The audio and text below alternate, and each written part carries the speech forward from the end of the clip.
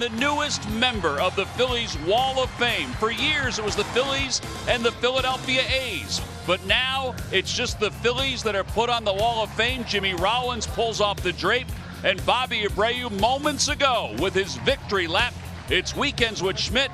It's the Sox and the Phils from Citizens Bank Park. Hi, everybody. I'm Tom McCarthy. I'll be joined in just a little bit by John Kruk and also Mike Schmidt and Greg Murphy. Well, tonight is a special night. It's always a special night when it's Wall of Fame weekend. Tonight, Bobby Abreu, a lifetime 300 hitter with the Philadelphia Phillies, goes into the Wall of Fame appropriately. Ed Wade acquired him from the Tampa Bay Devil Rays for Kevin Stocker. It was his suggestion. He not only had the first home run here at Citizens Bank Park, but he also had some incredible moments, whether it be defensively or offensively. A great arm, a great set of eyes, hand-eye coordination that was through the roof. He could slap the ball to left field. He could pull the ball to right field. His offensive abilities were amazing from start to finish. That's his lifetime average with the Philadelphia Phillies. He finished just a hair under 300 for his big league career. He had over 400 stolen bases. He had over 400 doubles, and he also had more than 2,000 hits. He was truly a very good baseball player, and we here in Philadelphia were lucky to have him. And as he said moments ago, he was lucky to play most of his games here in Philadelphia. We'll talk more about Bobby Abreu and a lot of other things as far as the alumni folks go. But tonight it's Ross Detweiler on the mound for the White Sox. He'll be opposed by Aaron Nola. Game time is upon us here at Citizens Bank Park. Larry Boa did the introducing. Jimmy Rollins pulled the drape. And Bobby Abreu inducted on this day on the Phillies Wall of Fame. Phillies baseball is brought to you by Toyota. The national clearance event is going on now. Toyota, let's go places. By Xfinity, the fastest internet in Philadelphia. By Citizens Bank, official bank of the Phils. Visit citizensbank.com. By Coca-Cola, taste the feeling. And by Independence Blue Cross, live fearless. Learn more at IBX.com. Our Independent Cross Fearless Philly of the Week is continuing to get on base at a record pace and delivering in critical game situations on a nightly basis. No one has produced more go-ahead RBIs in baseball since Hoskins' Major League debut in 2017. And through the first 102 games of this season, he has homered 12 times in the 7th inning or later. Reese is leading all players in pitches seen. He leads the National League in walks. And it's brought to you by Independence Blue Cross. Live fearless. Alumni Weekend continues on here at Citizens Bank Park. Lineup cards have been exchanged at home plate. Just waiting for the Phillies to take the field tonight. There's the beautiful plaque with Bobby Abreu's name and his particulars underneath. Great likeness of him as well. You know, he wasn't here when the Phillies won the 08 World Championship or the 09 National League pennant. He did, in the comforts of his own home, toast the Phillies in South Jersey when they won the 2008 World Championship. You guys were really good offensive players. That was a really good offensive player, Bobby Abreu. John, I've gotten to know Bobby a lot more over the last 7-8 years. He's a wonderful guy. Bobby knows a lot about baseball, a lot about hitting. I think he'd be a great asset to the Latino players. Yeah. You know, well, I don't want him to go to another organization. I'd like to see him involved with the Phillies, John. And as Larry said, he did a wonderful job introducing Bobby tonight, covered everything. He's a 5-tool player, a winning player, and love having him on the Hall of Fame with us. Yeah, and yeah, excuse me, the Wall of Fame. Wall of Fame. It's an honor to have Bobby there to join us on there. But you know, when you talk to Jimmy, you talk to Ryan Howard, they'll tell you that Bobby helped them as much as anyone, because you know, you have coaches, and coaches help you as much as they can. But man, if you get a peer who can do the things on a field like Bobby does, and you have young kids coming up like Jimmy, Chase, Ryan, and them guys, and Bobby can have an influence on them with the way he went about his business. You know, I think the 08 team would have won regardless of whatever, because they were that talented. But they have to give Bobby a lot of credit for what he did helping those guys when they came up. Yeah, a lot went into the growth of the Phillies at the time. There's Bobby throwing out the ceremonial first pitch. Mike Lieberthal doing the catching. It's nice to see a lot of Bobby's family here, too. Yeah, led by example, John, and that's the best way to be a leader. Plays every day, as Larry said, 155 games a year throughout his career. Very durable. Tell you, when you're a teammate of his and you see him going out there every day like that, no matter what the situation, it's got to inspire you. Yeah, and you think about it, 155 games, but Bobby was a different animal because he stole bases. You know, he was sliding, diving, pickoff throws, the whole thing. It wears you down over 162 games, over 155 games, but he just powered through it and played and put up numbers. Yeah, he did. Yeah, he left the Phillies a 300 hitter, and he finished just shy of 300 for his career.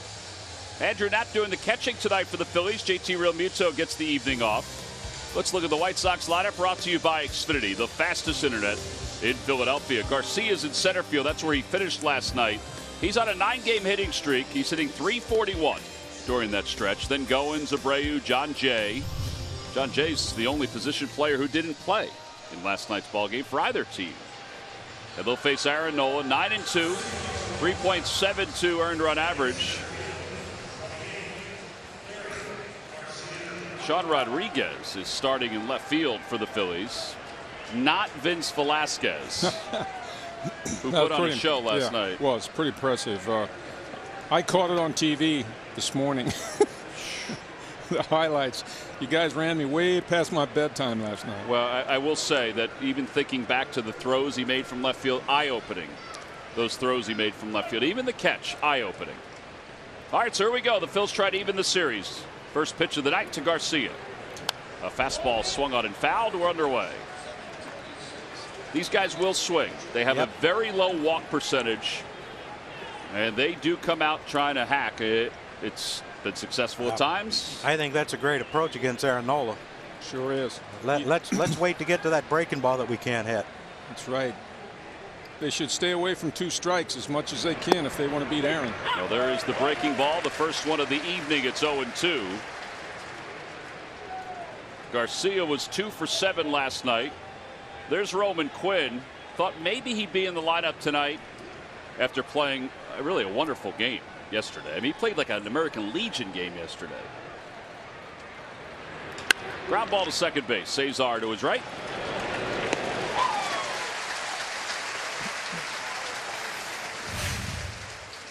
Well, Vince provided us with our Hyundai defensive plays of the game. This is number 1. Outfielder when he was in high school because he couldn't pitch his junior year. What are the odds of this happening? Look at this catch, Michael. You know, running toward home's the hardest way to dive. I'm assuming, John, you've done it before, but you got to pick that ball up out of the stands. And those are your Hyundai plays of the game. Yesterday's game. Well, the other thing, too, I was watching the highlights of it today. He landed on his pitching shoulder when he made that catch. Got a chance to talk to him. They didn't really get a chance to talk to Vince. I just wanted to tell him, you know, how much respect I have for him for what he did last night, you know. And I got to say the same thing with Roman. Now, Roman did tell him, he said, I'm not going to lie, I'm a little sore today. Yeah. You know, you think about it. He pitched 2 innings. He stole a couple bases. All the pickoff throws, sliding back into first. I mean, you know, that's a pretty full day, 15 innings. The ball's at 2 strikes to Ryan Goins, who is 2 for 3 lifetime against Aaron. Got a fastball outside. Well, I'm certain that he didn't need to be told this, but I'm sure Aaron is aware that he needs to conserve his pitch count and try to get at least 7 today. Yeah, there are a handful of guys, as you would imagine, that are not available today. 3 unassisted. And here comes Jose Abreu. Aaron keeping that ball low in the hitting zone. Got him 2 ground balls. I've been talking so much to all the guys downstairs before the Wall of Fame ceremony. Are you a little raspy, Michael? Yeah, let me get unraspied here. John's got a bag of cough drops in the office. I do. Like a like an oversized bag. Well, I'll work on this water between innings here. This young man was impressive last night. Jose Abreu, 4th in the American League at RBIs with 77. At a fastball. Here's his home run last night, our giant home run replay. Note the easy swing. On balance, easy. Just hitting it out of the ballpark, not trying to hit it 600 feet. Although it looks like he could hit it 600 feet.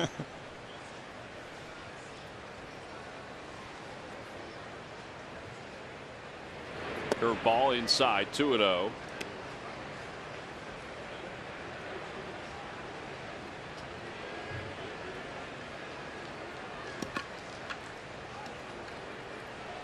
Well, now we get a good taste of Aaron Nola right here on this 2-0 count.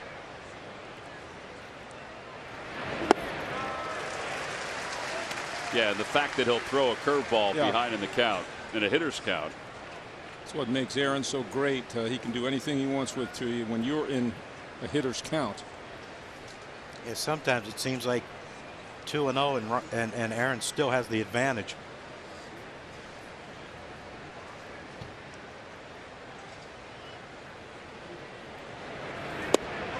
Just a bit outside, 96 on that fastball.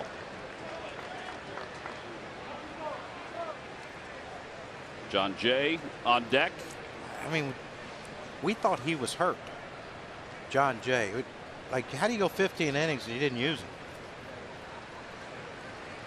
Yeah, how did you not use everybody? He didn't clean up. He's the most rested. How do you feel if your team goes 15 innings and you don't get used? Might be a little self-conscious. Maybe that's why they're hitting him 4th to kind of boost him back up. Hey, I know you didn't play last night, but it's not about your performance because you're hitting 4th today.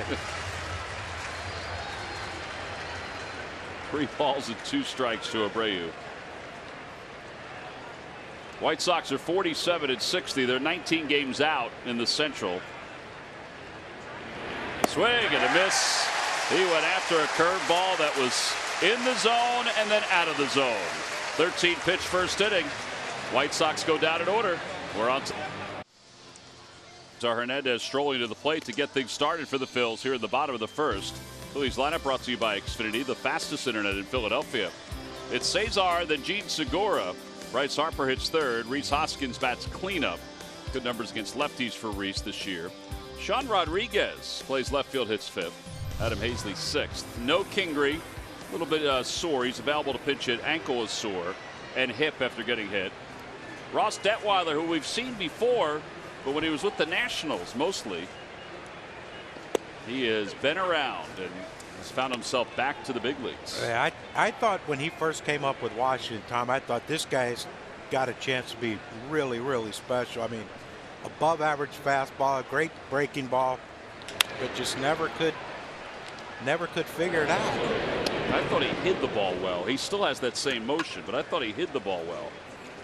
He was 10-8 with an ERA of 3.4 in 2012 with the Nationals. For the last couple of years, he has spent part of the years in the Atlantic League with the York franchise in Pennsylvania.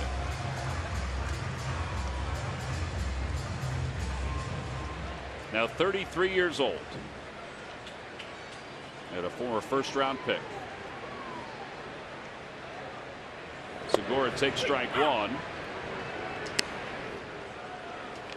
I see what you mean, John. He does hide that ball behind his body as he makes the turn to come to home plate. Keeps it back there a long time.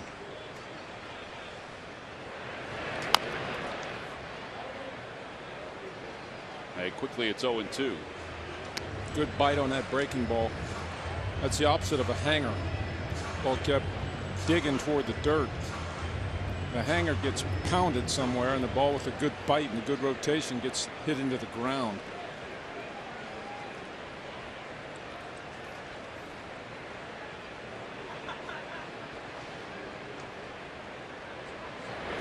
Inside, 1-2. Bryce Harper's on deck.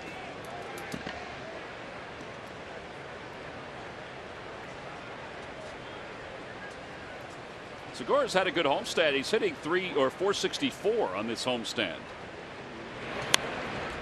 It remains 1-2. Hitless in 5 career at bats against Detweiler.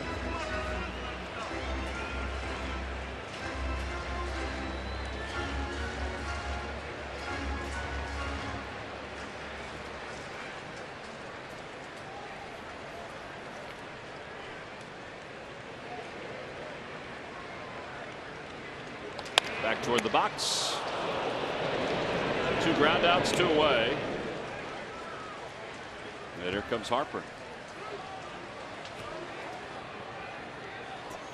Harper moves from the cleanup spot into the 3-hole against the left-hander. Yeah, they've been kind of just a couple of times this week bouncing he and Hoskins around. 248, 18 homers, 72 runs batted in. He had his average up to 260, but 0 for his last 8. And this homestand, he's 3 for 24. And obviously last night, the middle of this order left a lot of runners on base. Center field. And Garcia will lounge back on it and make the catch. Phillies are retired in order. They're there half of the first inning. Only 8 pitches for Detweiler. We are quickly on to the second. 2009 National League pennant. It's Toyota Alumni Day. White Sox and the Phils, and also fans coming to the ballpark will receive the 2009 NL Champs photo card pack. We've seen some of those guys already tonight. Matt Stairs was in our room for a while. Saw Pedro Feliz. List goes on and on. John Jay leads it off, hitting .324 with no homers and 7 runs batted in. 4th hitter. Number 4. No home runs. Maybe they Phillies do. Oh, he's been banged up this year. Had a breaking ball 0-1. How about this? He's seen Nola before. 1 for 3 with a double. Is that it? Yeah. Maybe he wants to break up the right-handers in that lineup. I think that's what it is.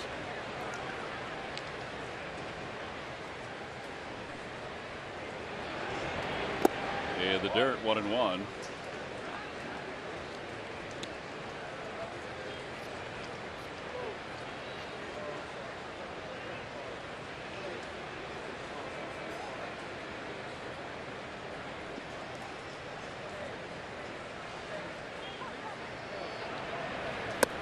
That was nasty. Always been a believer of that. Left, right, left, right, left, right as much as you can with a lineup. Yeah, that one bites. And Mike, is that more for the bullpen later on in games? Is that why? Well, no, I mean, I think a pitcher can get comfortable if he, you continue right against like a Gotcha. Nola. Maikel Franco. Easy play. 3 ground outs so far to the 4 outs. 1 away. Jimenez coming up. Let's check in with Greg Murphy. Murph. All right, thank you very much, Tom. Well, we have seen an awful lot of juggling on the Phillies 25-man roster this year and on the 40-man roster. And the Phillies organization making some moves today with a couple of guys that Phillies fans will know. Yaxel Rios, who was placed on waivers a couple days ago, was claimed off waivers by the Pirates, so he has left the organization. Dylan Cousins was unconditionally released today as well. And Mitch Walding, who was also placed on waivers a couple days ago, cleared those waivers, and he has been sent to the Lehigh Valley and will be with the Iron Pigs going forward as well. So a couple of names, guys that have played, all 3 of them played up here in the big leagues, taking different paths now, trying to get back obviously to the bigs, guys. Dylan Cousins kind of poked fun at himself today when on social media when Dylan was initially hurt earlier this year.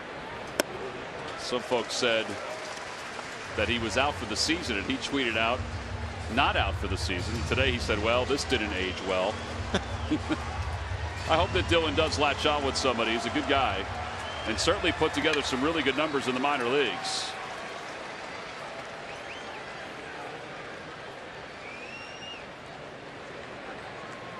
Outside. I always enjoyed watching him take BP when I first saw him hit a couple years ago. Thought he had unlimited potential as a hitter. Always thought he was a good defender in the outfield. And a call, strike 3. 2 outs, 2 strikeouts for Nola. Well, we talked about it when we saw it. Like he could have been like a Bobby Abreu type player. Hit for power, speed. Can run, throw, hit, field. It's. I mean, look, he was never going to be an average hitter like Bobby was, but the other 4 tools he had. And I think we all envisioned, I don't know how you guys felt, when he and Reese were in Double-A, we thought, wow, if these 2 guys can come up together and hit 35 home runs apiece. But it's not an easy game.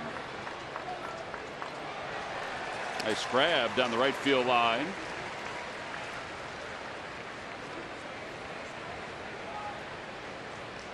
Yeah, at some point it's up to the individual. You can give him all the coaching you want, all the mentoring you want. Just at some point you have to figure it out yourself. Yep. Along with that coaching and mentoring, you got to try to do some things yourself to be successful at this level. No balls and 2 strikes to Anderson.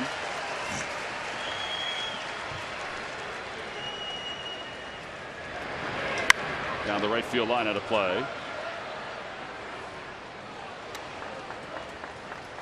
Aaron Nola's been one of the best home pitchers in baseball. Look at this, 22-6 in his last 42 home starts with an ERA under 3. No, he needs to win this one tonight. He needs to win this one and go deep into the game. Yes. But he needs to get some offense too. Well, and I think out of all that last night that happened, and there were a lot of things that were neat. The Velasquez part of it was neat to watch. But out of everything that happened last night, whatever changes were made, the fact that the offense sputtered the way they sputtered, 15 runners left on base. You're just not going to win games when you do that. No. Against, and listen, it's still a major league team, but they're 19 games out of first place in the American League Central.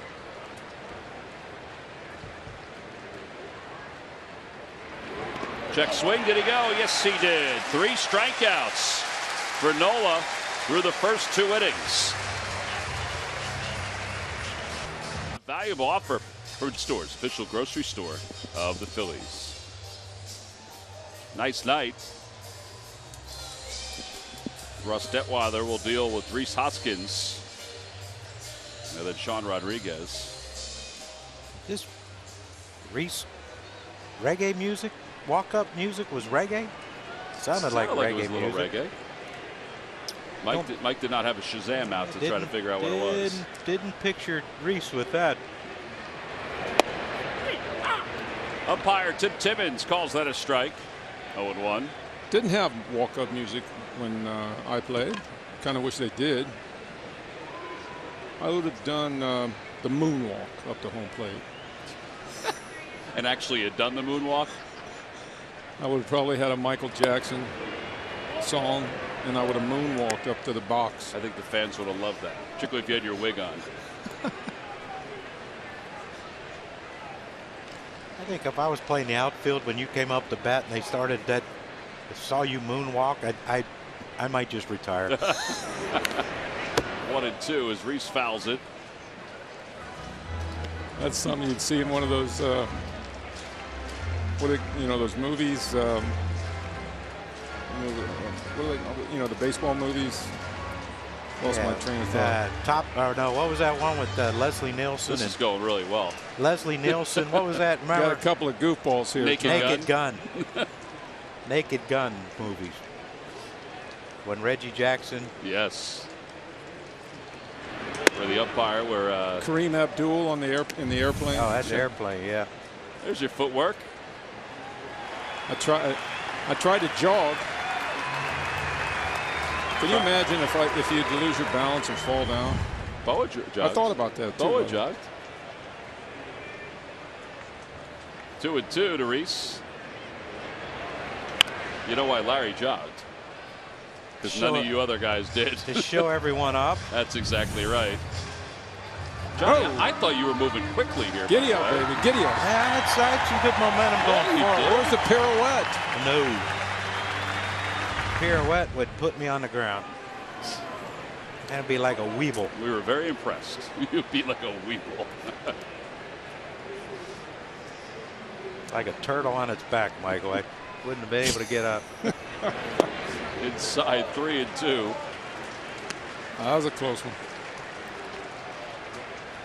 Reese has walked 81 times this year. The movie with the crazy guy that came out of the bullpen, you know. Charlie Sheen. Yeah. Major League. Yeah, that's what I'm talking about. That's one you would see a guy moonwalk up to home plate. Willie Mays Hayes. Yeah, that's who do it. Out to right center field. On the run is Garcia. He's going to get to the spot. And he makes the catch. One out. Re-squared that up, but his body was kind of moving, kind of pulled off the ball just a little. On the out-of-town scoreboard, Chicago has defeated Milwaukee 4-1. Cole Hamels went 5 innings in his return. No walks, 6 strikeouts. Albert Almora Jr. hit his 12th home run. So that means that the Cubs move into a tie for the moment with the Cardinals, who are in Oakland tonight to take on the A's for the top spot in the Central. The Brewers losing is good news for the Phillies because they're behind the Phillies in the wild card. Just keep pushing them back. But you got to win. You can't worry about everybody else if you're not going to win.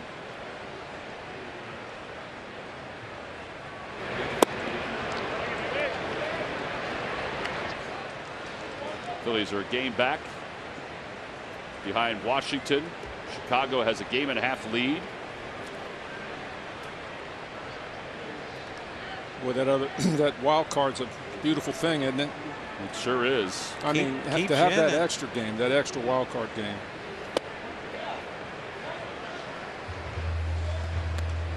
Two and one to Rodriguez. You know, the wild card, when they had the one, wasn't really fair. Yeah, you know, you don't win your division, but you still have the same advantages. With the 2 wild card, though, now you have to play that one game. Right. You know, and if you rest your #1 guy and you win, you go into that division series. He only gets a pitch maybe once. And I thought that was a good move, but it was. When I talked to people in Major League Baseball about it, they said they wanted to keep fans more interested in September. I think they're doing that in August too. You know, like there's something like the Dodgers. It's over in the West. Yes, sir. That's right. Rodriguez down, looking on strikes. 2 outs.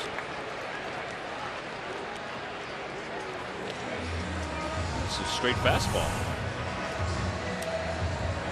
Yeah, we could still be world champions, right? Yeah. Yes.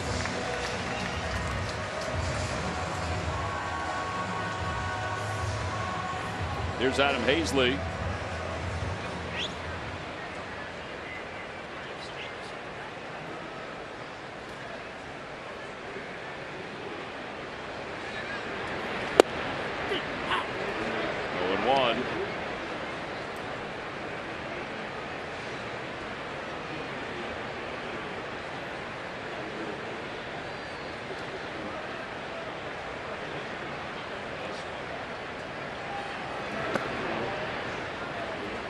Now, Adam has got a really solid stroke.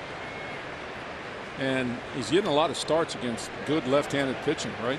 Yes. Probably didn't assume that when he came up, right? He probably would have.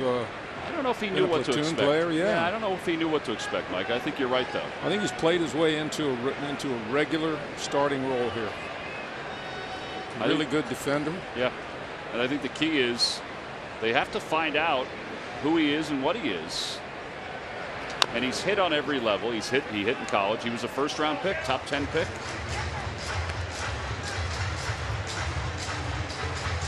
Seeing pitchers for the first time.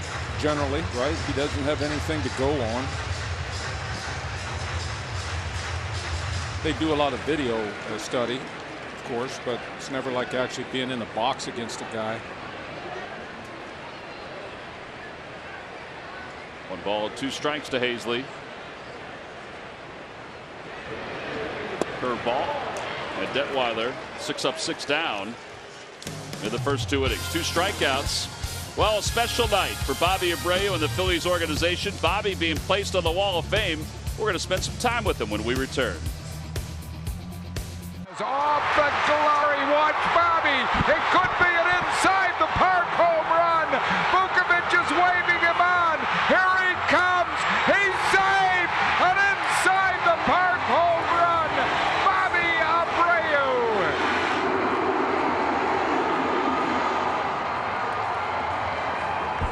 One of the great moments in the great career of Bobby Abreu, and what a call by HK. Harry Callis used to love saying, not just Abreu, not just Bobby. He loved saying Bobby Abreu. Bobby, congratulations. Thanks for coming on with us tonight. Thank you very much. I have to say, I love the reaction that not only you had for the fans, but the reaction the fans had for you tonight when the ceremonies took place. Oh, nice reaction. I mean, I think it's be reciprocal, you know, to the way they share, the way they act on the situation. So it makes me feel good, you know, you do good thing and they you know, appreciate what you've done on the field. How much did it change your career, you think, that you got traded to the Phillies? I don't know if it changed a lot, you know. Of course, you don't want to get traded, especially when you feel comfortable on the city and on the team, and especially in that situation, there was a building a team for to compete to get into the championship, and you know what, it was hard when I missed that. I missed it, and being in another team and watch how that happened, you know, always, of course, it get to you, you know. And but when you move to another city, another team, you got to do what you got to do on the field and go out there and do your job. But even when you came here from the Astros to Tampa to here, how much did it change your life coming here to Philadelphia? Coming here to Philadelphia. Yeah. I'm sorry. It changed a lot because I like to have an opportunity to play. I want to play every day. I want to show that, you know, that I can play the game. And Ed Way, you know, brought me here, and thanks to him, you know, I had that opportunity to play and show my skills, you know, and it was good, you know. What were all those teams thinking? I don't know. Why did they trade you so much? I don't know. But the 2008 guys, we heard a lot of video from them talking about you, how you influenced them and helped them get to that pinnacle where they got to just by watching your professionalism. Well, I think it's when you've been through in that situation too. You know, when you play the game, you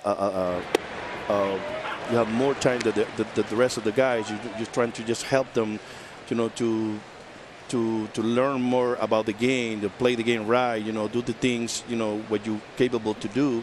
Don't try to do too much. You know, don't force yourself to be a hero every night, every day, every game. You know, so it was I guess more communication, and you got to do the things to show and on the field.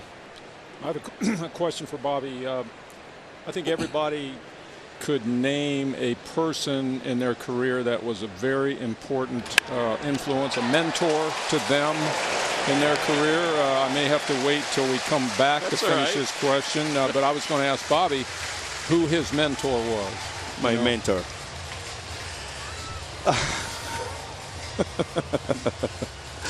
We'll give you time to think about it, Bobby. Yeah, think about it. Okay. We'll be back after commercial. We'll talk more about it. No score, the Phillies and the White Sox. We'll be back after this. To the game brought to you by T-Mobile. Just a look at the great career that Bobby Abreu had with the Phillies. 947 walks, a 928 OPS, 348 doubles. He finished with over 400 doubles. On-base percentage .416. Some incredible numbers. And Bobby joins us up here in the booth. Michael asked you about your mentor. This is a guy that you mentored, Jimmy Rollins. He pulled the drape on your plaque on the Wall of Fame.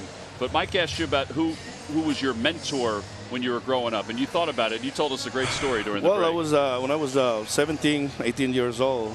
I was one of my idols. That was Ace when I was, because he didn't play anymore. It was Ozzie EM. So when I met him, he invited me to his house. You know, just talk about baseball. He loved baseball. So he was asked me a question about hitting.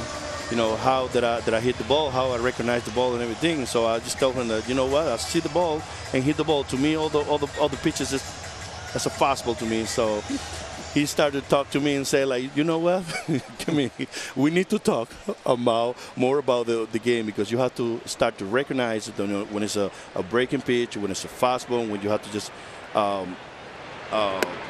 hit the ball to the other way. I mean, situations in the game, you have to move the runners. Although, you know, fundamentals very much of those things that it can help you to be a better player besides your ability. I know a lot of guys that could use that kind of mentoring right now. Have you, as your interest of being in the game as some kind of a hitting coach or even mentor to a lot of the young players in the game right now, has that changed since we last talked? No, not really. I mean, I think if it could be a possibility, you know, to be a hitting coach, or if you don't, it's to be around, you know, for the young guys, you know, to help them a little bit more knowledge about hitting and an approach, and just talk about, you know, what I've been learned in the past, and then pass them to them. There you go out there, people who make those kind of decisions. This man can do a lot for people in this game of baseball. I know that. Well, you don't get to the numbers that he got by being a dumb hitter.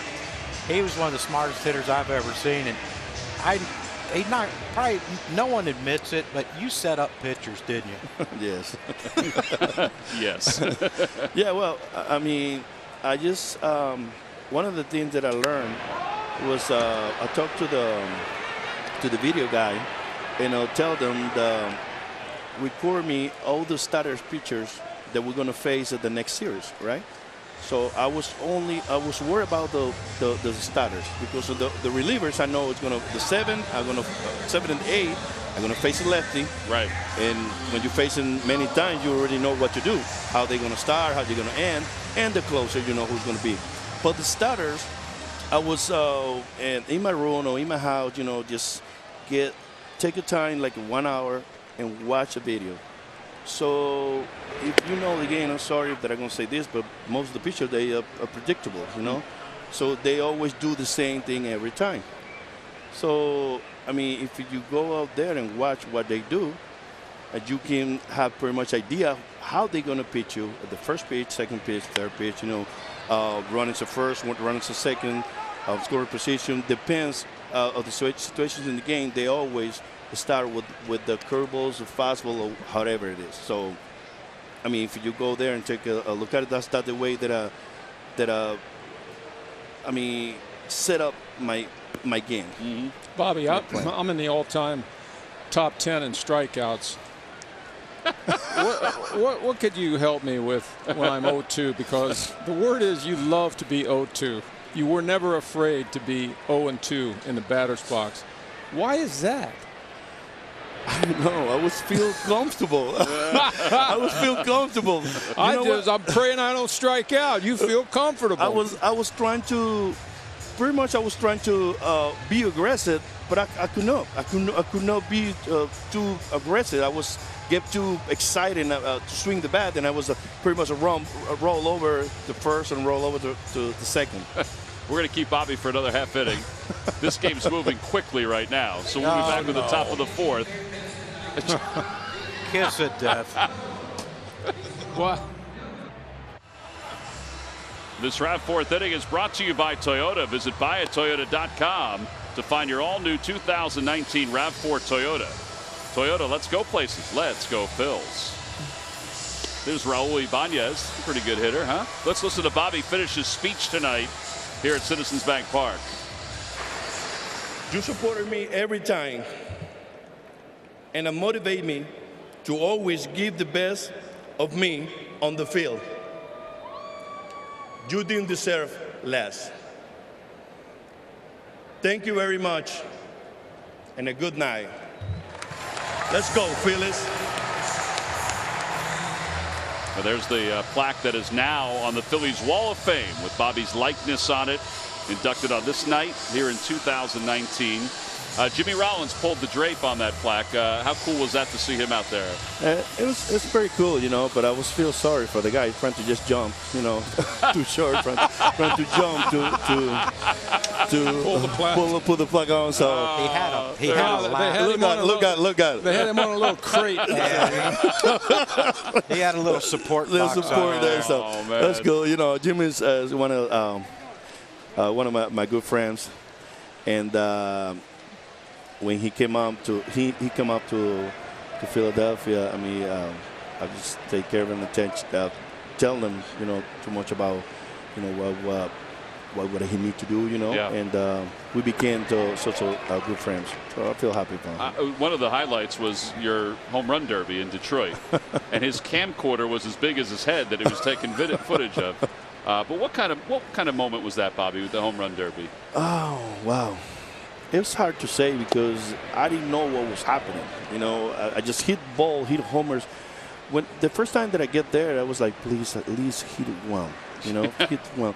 And when I hit the first one, it was a little relief in there. So I started just keep it going, and the crowd get excited, and I would just get into it. You know, so you get in a rhythm. Get the rhythm, and especially Ramon Henderson, he was very good, you know, throwing the ball to the home plate. He was a good BP pitcher. Yeah, big pitch. So it was a great moment, especially, you know, when you do it for the fans and they enjoy it. I mean, so bad. I mean, Jimmy obviously reacted well. All of your Venezuelan brothers guys reacted well too. That was pretty neat too. Johnny asked you, and we've always talked about this. Johnny asked about you about the way you hold your bat. A little different than what a lot of people do. The way your hands were. Yeah, because I started in winter ball in Venezuela, and when I started to hold the bat like that, it was a lot of loose relief. So my hands and my top hands, it come out for the swing, you know, more quickly, you know. So when I tried to get back to the normal way that everybody does, I mean, wasn't comfortable. It was so uncomfortable to me, so I just stayed the way that it is. So yeah, there it is right there. Yeah, it's a little different. Yeah, it certainly served you well. They're going to review this pickoff over at first base. Here's that pickoff again to see if Garcia got back. Reese reacted almost immediately, saying that they needed to review it. Yeah, he did get him. The glove bent, but it's close. Did his hand get back on the bag? Is there enough to overturn it? Well, that's what we kind of fall to a lot of times. Replay, Bobby. Back to the hitting, Bobby. That light grip on the bat's important, isn't it? Say what? The light grip on the bat, you know, where you're not clenching the bat as the pitch is on the way, because you automatically kind of tighten up a little bit at impact. That's true. I mean, you need to be loose, right, before you hit the ball. I agree with you 100%. I remember anytime I would struggle, for some reason my top hand would get like blisters in the fingers because I was squeezing it so hard. And then when they look at me like, wow, you're an idiot. Why don't you just loosen your grip up a little bit? Maybe things will change. John, did you not use batting gloves, John? I didn't in San Diego that much, but when I got here with the humidity, I did. Uh-oh, we lost our appeal. Well, that's what you said, John. That could be devastating. Not enough to overturn it. The call stands.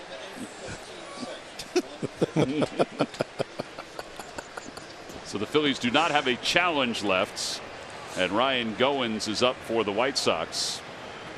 Bobby, is there one thing that you did that you're proudest of as a player? Ooh. I mean, I always think of you and I think of how consistent you were as a ball player. Well, I could be that, you know. Proud to be consistent, you know, in the game. And you played every day. Every day, yeah. I'd love to play every day. To me, well, when you give I'm gonna be. you don't want to give a chance to someone else. To be honest, you know, you want to be on the field every day, and you love the game. If you love the game, you want to be there every day. You don't want to just be on the bench, you know, just watch the game. So I don't know if you guys agree with me. Yeah. It's like you don't care. Like you could have a great year, but every year you go to spring training, you're petrified that someone's going to take your job. Right. I ain't kidding you. The Padres used to bring in first baseman every year, and I like, what the heck did I do to deserve this crap? But it made you. It made you play. Make you play. It make you. You know, I think is make you. You know, to work more harder. You know, just to keep your job. Well, you set a heck of a tone back then. To everybody else on the team's looking to try to keep up with Bobby Abreu. You got to play every day. And I think that's. I would have said, if I could have answered for you, that's what I would have said. Your durability, your leadership. Average, what do you say? Average 155 games a year? 155, yeah. Oh, those days are over, and you know. Yeah, for 13 seasons. Outside, 1 ball and 1 strike. I think the 400 some on base percentage, lifetime 391 is an awesome number too. And the doubles, the stolen bases, right. The fact that you were able to do both. I mean, it was. I mean, we said 5-tool player. And did you pride yourself on that? Yes. Yeah. Yeah. You want to do just a little bit of everything. Yeah, you didn't do a little bit of everything. You Well, did a lot. you know, you did a lot of everything, my friend. Well, I know. You know what I'm saying. You know, in the game. Yeah.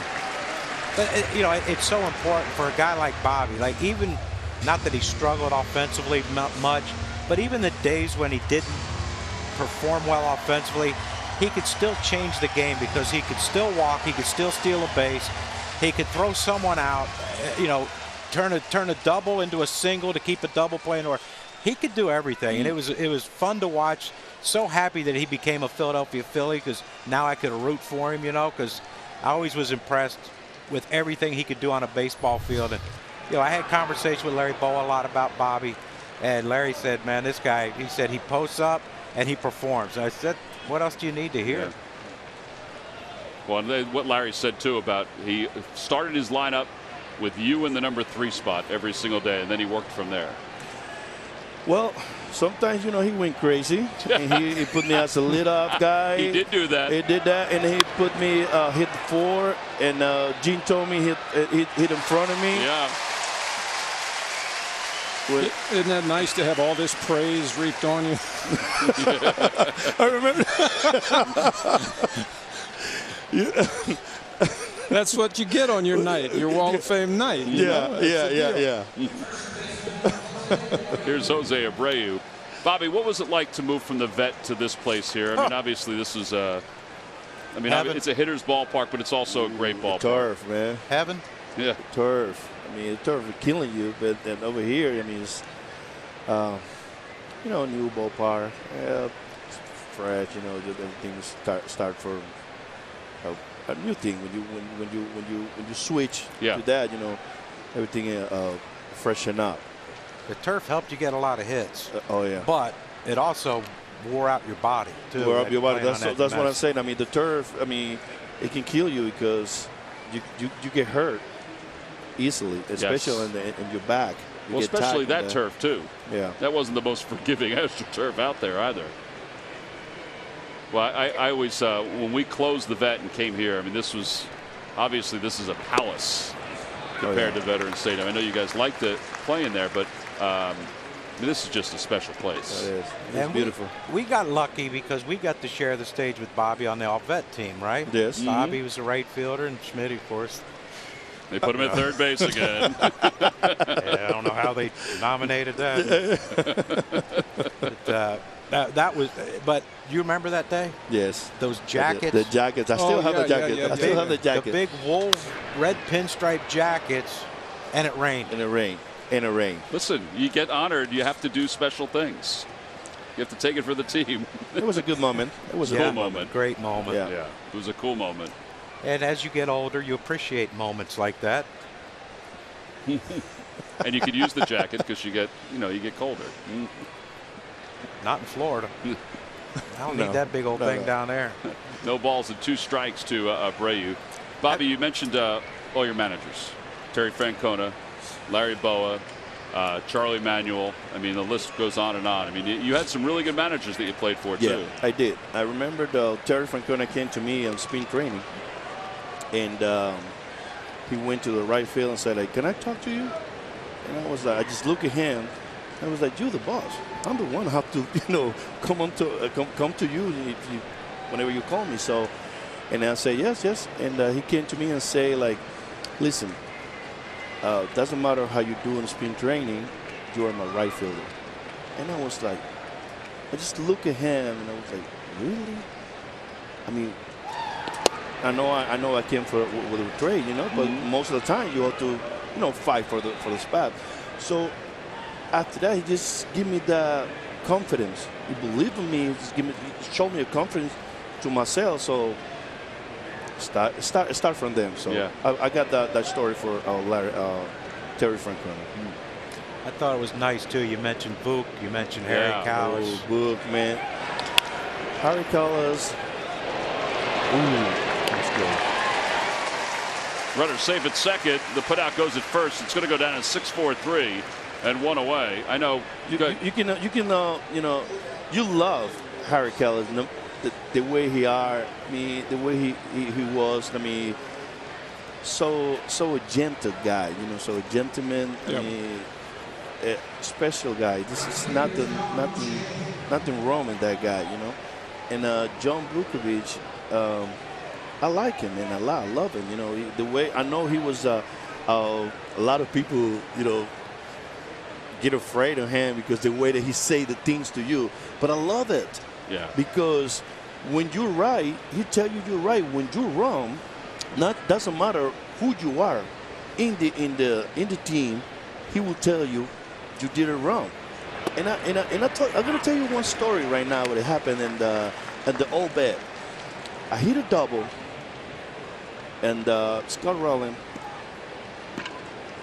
he was on the plate, and I was nobody out. He just looked at me and he gave me a sign that was like, nobody out. All right. So Jimmy Rowland hit the ball to the right center, but close to the wall. And you didn't know. I mean, to the wall.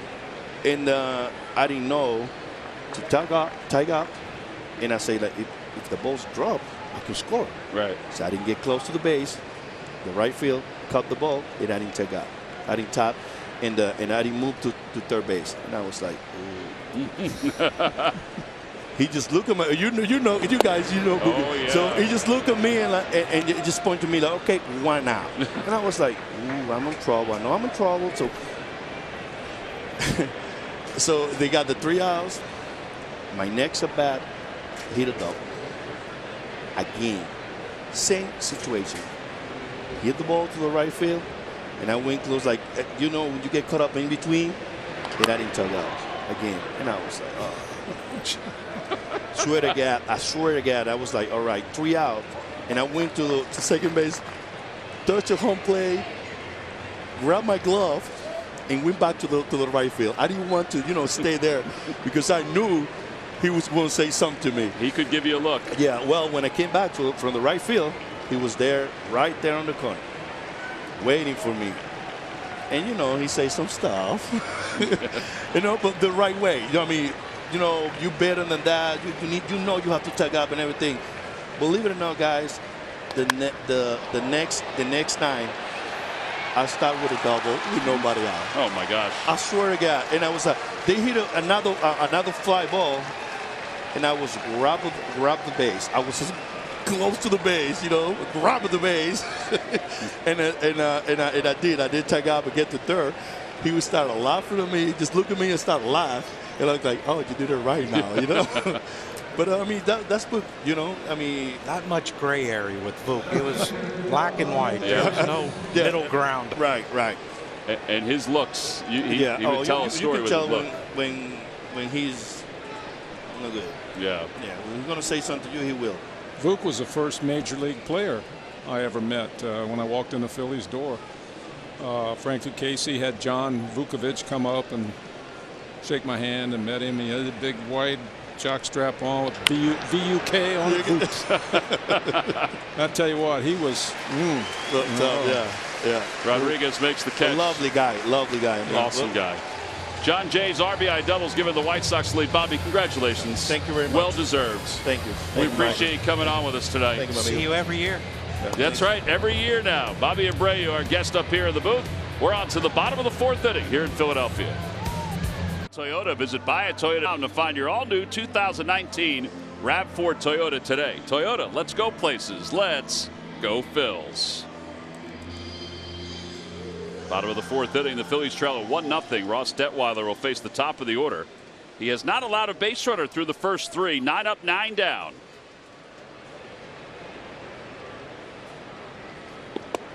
We had a first pitch in there. It's 0-1. Cesar grounded out to shortstop in his first at bat.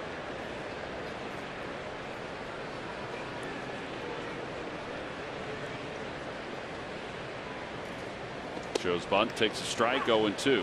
Well, Detweiler's throwing strikes. I mean, that's 33 pitches, 24 in the strike zone.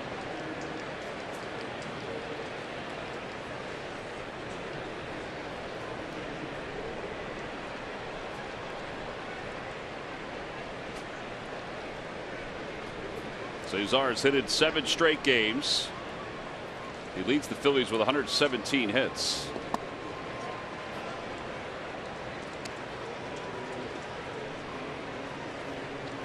One and two.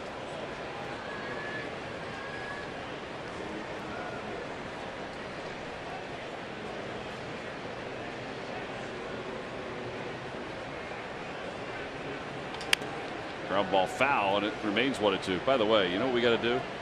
We got to get ourselves a suit like Bobby Abreu has on. I mean, that's a nice suit. Stylish guy. Man can always dress. Yeah, he took that thing off down on the stage and handed it to him. I saw you carrying it. I thought I was going to break into a rash. Like, I've never had anything that nice. His biceps are the size of my legs. Oh, man. Grounded to shortstop. And right under the glove of Anderson.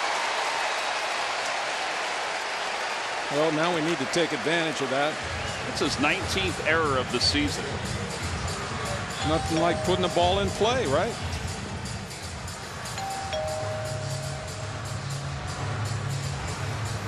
Oh, no. Don't let him push any buttons. Matt Stairs is in the truck, guys. Oh, in the truck. That's a lot of buttons. Hi, Matt. He's a piece of work, man. Yeah, he is. He's a beautiful human. Here's Segura. And he takes inside 1-0. One-way lead at first base. Now, Cesar does have a short one. The Phillies, the Phillies did run last night. They capitalized. McCann's numbers were good throwing guys out, but they still took advantage of it. I noticed the other night, I was watching the game, and left-hander was pitching against us, and I noticed a lot of our runners at first base jumping back on the move, rather than being close to the bag and having your momentum go towards second base as the pitch is delivered. Was that the beat? Let's see, which game was it? Game here at home? Yeah. Over to left side. Anderson has it to second for one. And his second baseman's able to hang on to the bag. 6-4 on the putout. Fielder's choice. Just a reminder to take your Phillies on the go. Streaming your favorite baseball team is easy on the My Teams app. Presented by your Philadelphia area Chevy dealers.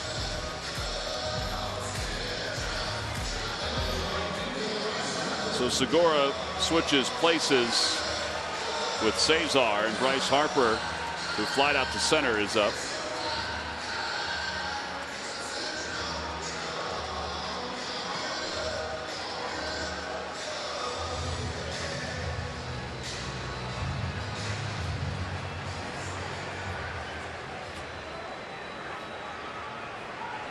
Harper fly to center, his first AB.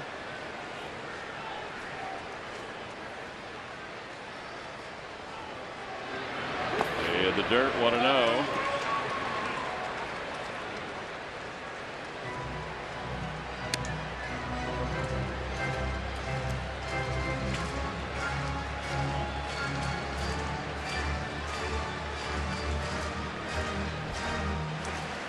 You wouldn't think with Goins playing that close, you wouldn't think Bryce was thinking bunt either way, would you? I don't think so. I mean, he'd have to really hug the line. With Detweiler falling to that side. Segura goes, pitches a strike, throw to second base is in time. That throw had a lot on it. Now the bad thing is we can't challenge it. The Phillies are out of challenges. Well, that's a fantastic tag by the young man that started the inning off with the error.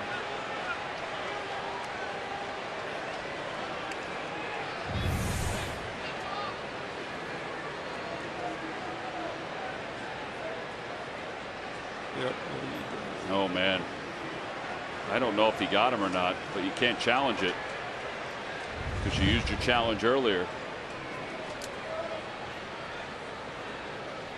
So 2 outs, 1 ball, 1 strike to Harper. And a high fly ball to deep right field. Is it fair or foul? It is gone! Second deck home run for Harper.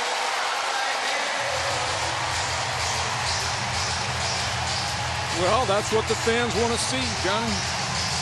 19 home runs. We're tied up at 1.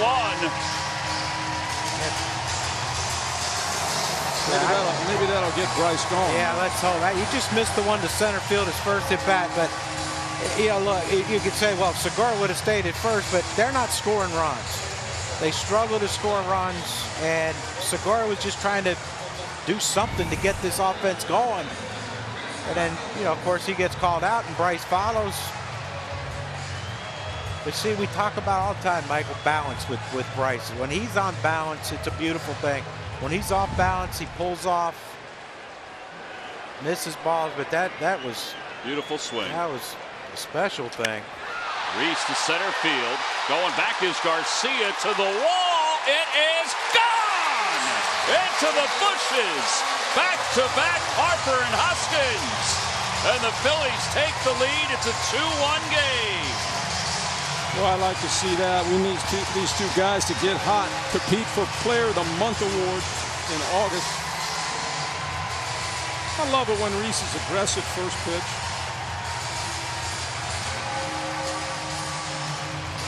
I don't know about all that sees more pitches than anybody in baseball thing. Get on a fastball early. I love that he hit it straightaway center too, John. Got a nice sound. 6th time this year they've gone back-to-back. Both home runs, estimated distance 406 feet. And Sean Rodriguez takes in. It's 1-0. No fastball there. No, but it just, again, it's a beautiful thing. And that was like, really? That went out? He's pitched enough here. Well, that would have went out of their ballpark in Chicago, too. It sure would have. But, Detweiler's probably thinking, all right, I gave up a home run. Reese takes a lot of pitches. I'll get ahead of him 0-1 and then go to work. Sometimes you can't let him. Reese didn't let him there. 1 ball and 1 strike to Rodriguez. 1-2.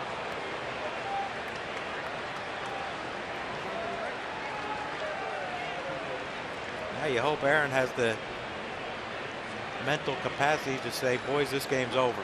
You gave me the lead. This one's over.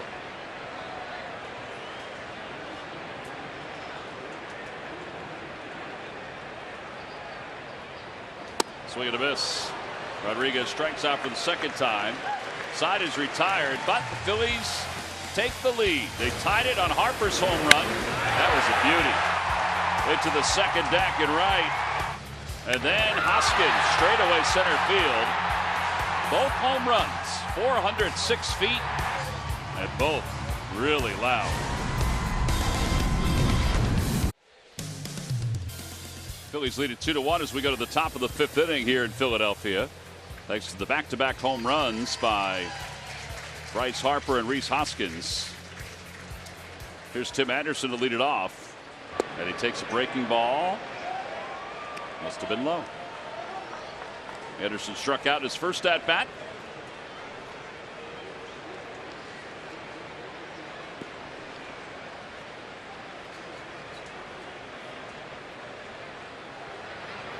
That was a changeup. And it's 1-1.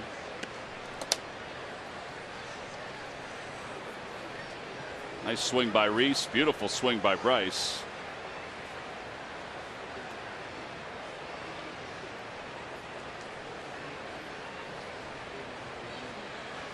Anderson is 3 for 17 since coming off the injured list.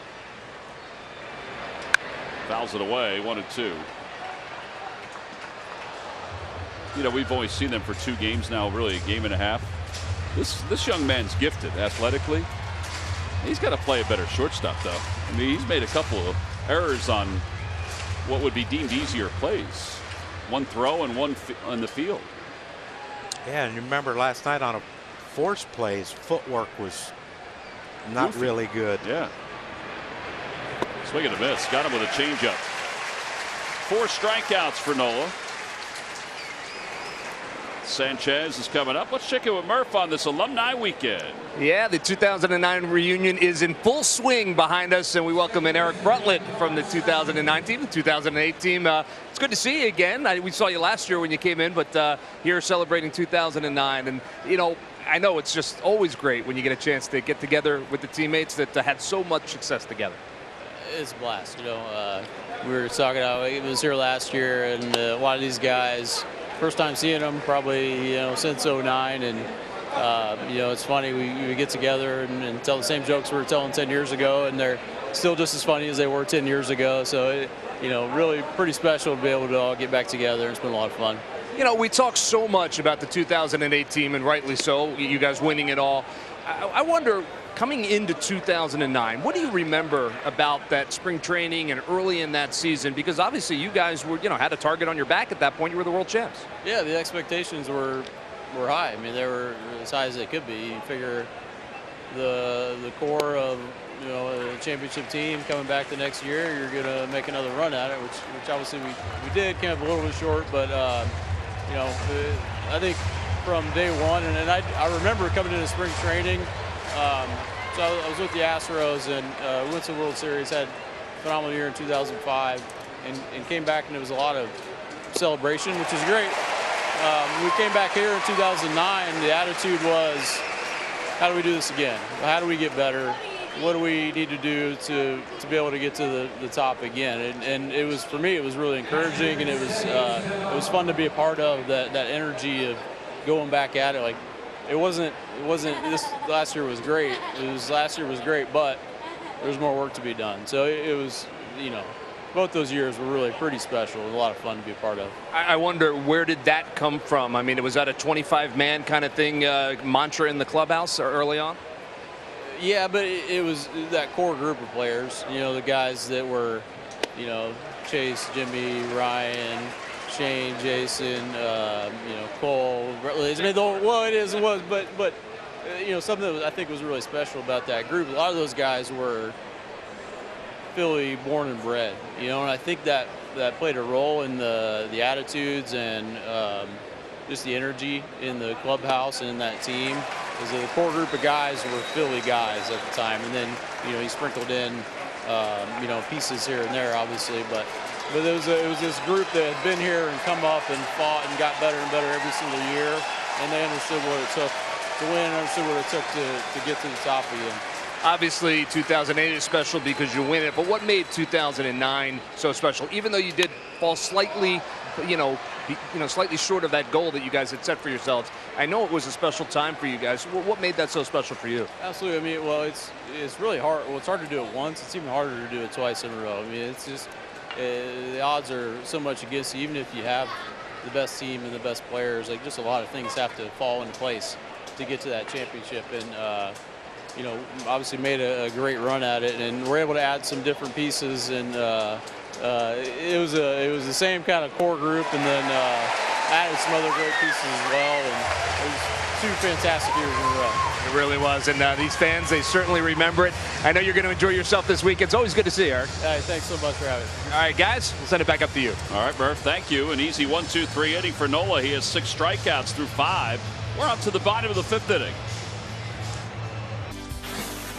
Time now for your Citizens Bank minor league report. Citizens Bank, the official bank of the Phils. Lehigh Valley lost to Scranton yesterday, 9-6. Reading defeated Altoona 5-3. Mickey Moniak had a double and 2 ribbies. Matt Burling went 2 for 4 to help Clearwater, but they lost to Tampa 2-0. Lakewood lost to Augusta 13-7. Tonight, Lehigh Valley leads Scranton 7-3. Phil Gosselin, a 3-run home run. He has 8. Davey Grione hit his 14th. Meanwhile, Alec Boehm had a 3-run home run. So he has 2 homers in his last 4 games. Reading leads Altoona 5-2. Tampa 11, Clearwater 5. Jared Eichhoff started for Clearwater through 23 pitches. Went 2/3 of an inning. Get an update on him probably tomorrow. And here's Adam Hazley as we begin the bottom of the 5th. Mike was just talking to former Phil Ed Farmer, who was here in the booth. He does the radio for the White Sox. Yes, he does. Longtime radio voice and has of the been White doing Sox. it for a long time. Yeah. Eddie was my roommate. Oh, was he really? A couple of years, yes, way back. I believe it would have been 82, 83? Somewhere in that range. It was it was when Pete was here.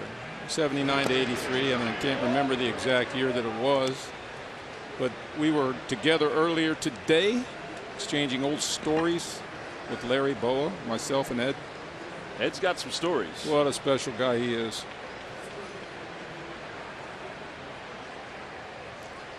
75 saves in his career. 4-3 on the putout. Hazley retired.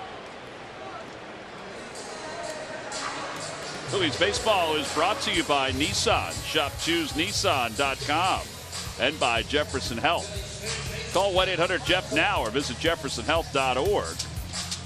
Here in the bottom of the 5th inning with 1 out. Phillies lead it 2-1. I want to call a home run here. Really? Yeah, I just feel it. It'd be nice for Mikey.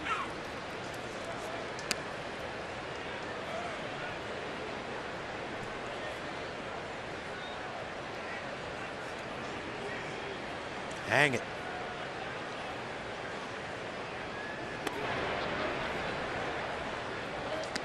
1-1 to Franco. Franco fly to center his first time.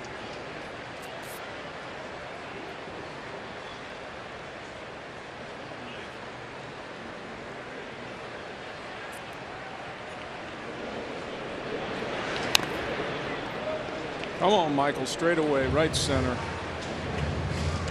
You got to let the ball get deep on guys like this, John. You did that against everybody I know, but that's a great hitting mechanic. You jump out there and try to hit these balls to left field. Guy like this. That's why a guy like this is in the big leagues. Most hitters do that.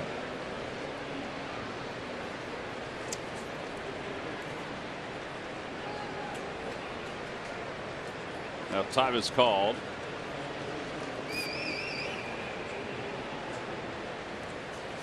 We saw it last night with Vargas pitching. You know, a guy that doesn't throw hard. How many ground balls there were to third and short. That one's to the hole. Anderson has it. 2 outs. Well, that call didn't work. No, it didn't.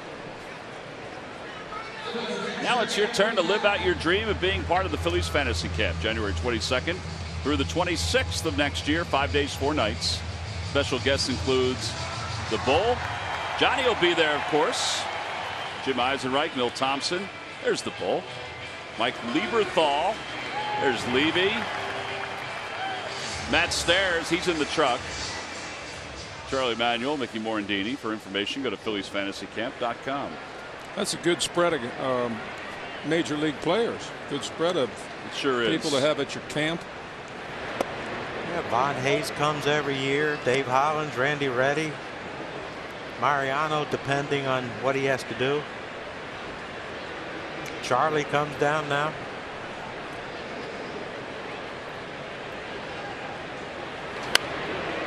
By the way, you guys always have favorite teammates that you like to see on Alumni Weekend.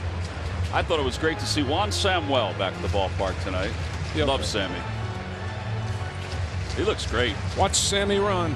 There was a videotape of him one time where they had a highlight reel of Sammy running around the bases. My son loved that thing. He was my son's favorite player when he was little. Whoa! That one's out to left center field for Knapp, and it's off the base of the wall. He'll get 2 out of it. It's good to see Andrew Knapp back in action now. I know he's been getting some knocks, been hitting a lot of balls hard. A little more aggressive early in the count. Both sides of the plate.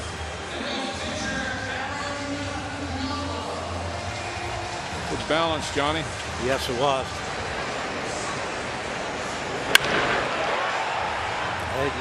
It's like talk about not trying to do too much. Just put a good swing on it.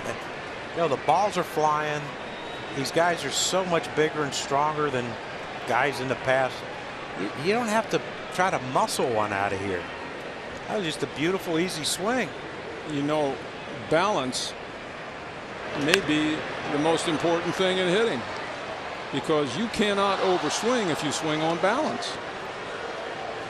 Much like the way you hit your driver. It's not very good. On balance. 300 yards. Yo. Those days are long gone. Aren't they? Breaking ball, and it's 0-2. I knew that changed for me in the last couple of years now. A lot of par 4s now I'm hitting rescue clubs. Oh, John, tell me about it. Isn't that brutal? Every darn hole. What is it? 180, 175 to 190. I'm hitting my 22. 190 to 210. I'm hitting my 19. The most overused clubs in my bag. Got to re-grip them babies every month or so if you play a lot. Here at the Wyndham Championships. 1-2 to Aaron Nola. Nola struck out looking his first time up. Yeah, there's a man on second. Now this is where Aaron bears down. Making contact. Hey, he had 2 hits his last start, right? Good point. I don't know if Detweiler wants to throw a pitch. But step out of the box, Aaron. Eventually he's going to have to. I think that's the rule, right? Has to eventually throw a pitch. There's no time limit, though, as of yet. Could be tomorrow, but he'll throw one.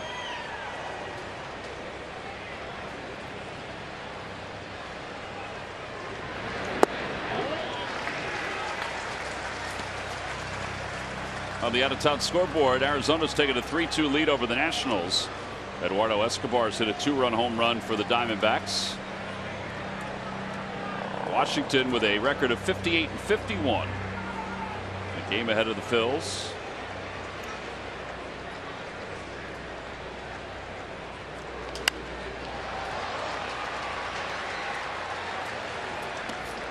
By the way, from a family standpoint, do you guys look to see what Aaron's brother Austin is hitting for the Mariners? He's hitting .342 with 4 home runs.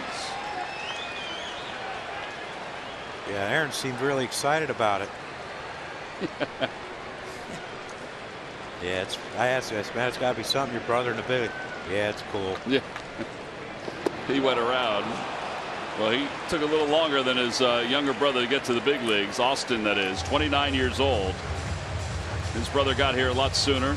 He's had a pretty special run so far. He'll run out to the 6th with the Phillies up 2-1. Back in the 4th inning, Phillies went back-to-back. Johnny, that was a little bit of a level swing on that high pitch, wasn't it? It was a beautiful thing. Kept it fair. They could look at those videos all they want right there, those last two. Yeah, and you mentioned it too. Happy Reese went to center field, stayed on it, didn't pull off. And those are our Toyota turning points of the game. And well, when you get to be in the Wall of Fame, you get a chance to shoot some hot dogs as well at some point. That thing's powerful. There's a smile on his face. He likes that. Little upper deck up there. I mean, he could have come around here and shot a couple up to us. We didn't get that for dinner. Would not have been offended.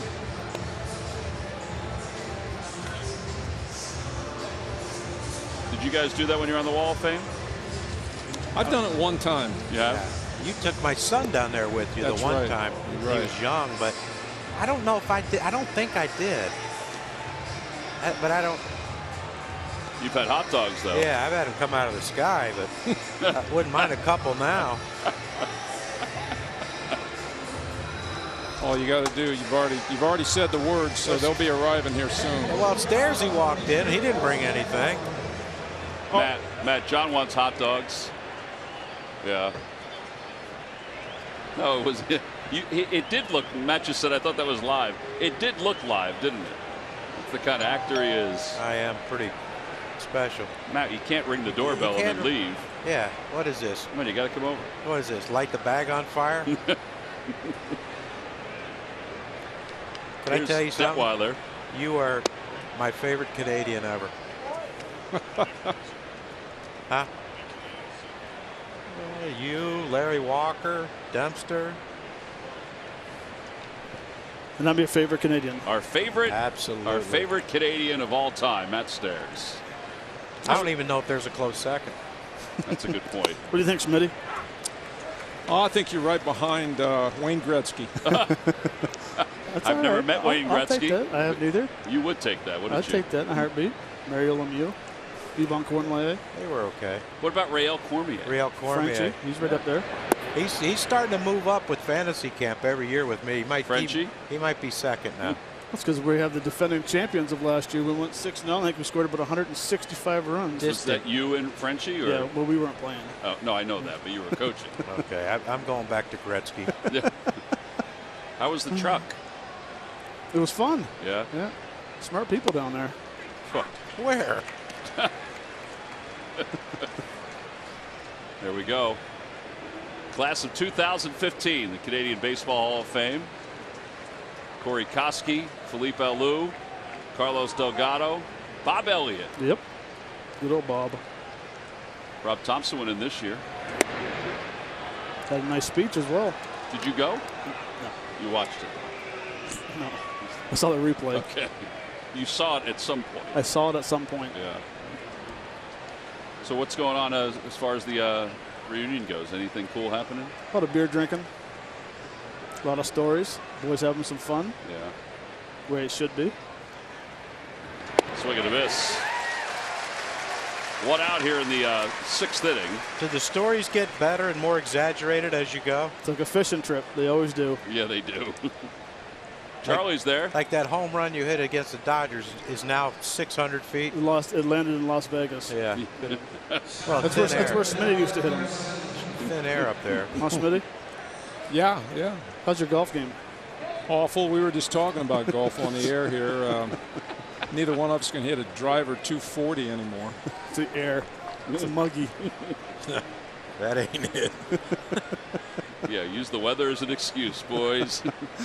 Well, it's like a ball player. We never take the responsibility of ourselves. It's always somebody else's fault, right? Here's Garcia. The count is no balls and one strike. Hey, listen, Nola looks the same, doesn't he? He does. Hair's a little longer, but he looks the same. Yeah. He's dealing tonight. He threw one up there 97. I think it was in the first inning, actually. 0-2. His curveball today has been very sharp. Oof.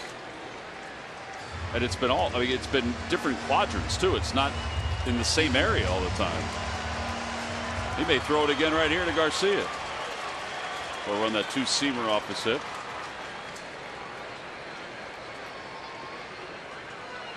Outside 1-2. So what have you been doing with yourself this summer? Golfing a lot, way too much, getting worse every time.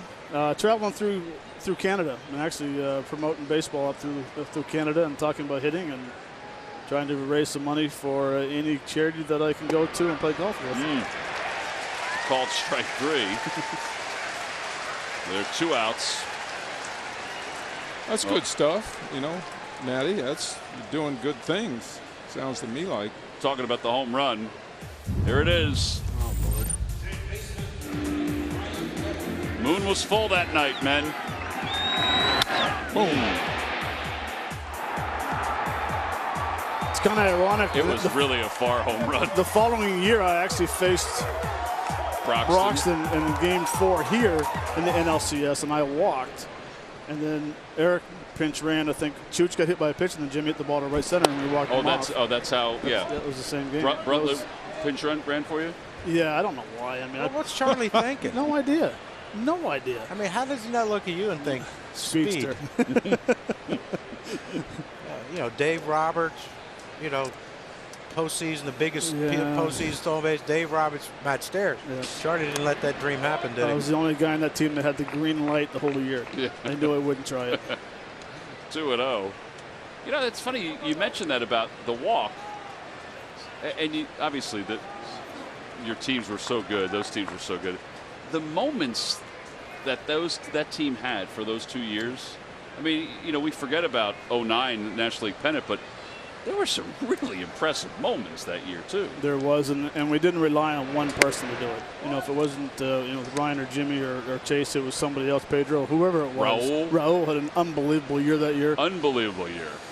You know, we just didn't rely on one guy, and it was one of those things. And you know, you take the field, and who's going to be the hero today? You know, great pitching, and Brad Litch had a great year as well. So there was a lot of good things. Did Raul hit 30 that year? 36 or 38. Yeah, he was. You know, because he took over for Pat Burrell, and everybody was thinking he took over for Pat Burrell. And man, oh man, did he not miss a beat. No, it was crazy. He hit balls, the left field, the right field, went for home runs. I'll never forget the one he hit in New York. It was like a drive. He was locked in. It was fun to watch. It was fun to watch. 3 balls and 1 strike. And ball 4. Goins walks. So a 2-out walk. Here's this home run that you were talking about, Matt. Take a listen. Hizo encima en la segunda base. Lanzamiento viene. Just down and in, dropped the barrel, and it just took off. For some reason, that was not the call. I don't remember, but I remember that ball that was hit. Low down and in, he just dropped the barrel on the ball. Absolutely. Charlie knows what he was saying right there because it was in Japanese. Sino por 3 carreras, los Phillies se van arriba 6-3. That's Danny Martinez with the call, and Ricky Ricardo in the background. Here is Abreu with a runner at first and 2 outs. And a pitch just off the outside corner. It's 1 ball and no strikes. I'd be a little careful right here. Well, Jay has a double his last at bat, but this young man can hurt you. Oh yeah, he hit a ball last night. 1 ball and no strikes to Abreu with a runner at first base. And it's low. 2 balls and no strikes. All right, so everybody's back except for Cliff and Chooch, right? Chooch. Yeah, that's pretty cool. Oh, it is. It's nice. I mean, it's a good time seeing everybody. Cole. Oh, and Cole. He pitched today. Yeah. Did you win? He didn't get a decision, but he went 5. It was his first game back from the injured list. Well, Pedro's not here. There he is. But he will be here. He's coming tomorrow. Yeah. Right? Oh, Pedro Martinez. I'm Yeah. sorry. Pedro Feliz is here. 2 balls and no strikes. Out to shortstop. Segura goes the short way. And the inning is over. Where are you going now? Well, probably back down to the truck or to the suite, or I'm just walking around everywhere. Well, it's always good to see you. We're glad that you walked around. Matt Stairs. See you, Matty. See you, buddy. Aaron Nola's been, well, he's been pitching a little smoother than the bobblehead. Phillies baseball brought to you by your Delaware Valley Honda dealers. Hurry to your local Del Val Honda dealer. Visit DelValHondaDealers.com. And by W.B. Mason. Who bought W.B. Mason for fast, free delivery? Nobody does it better.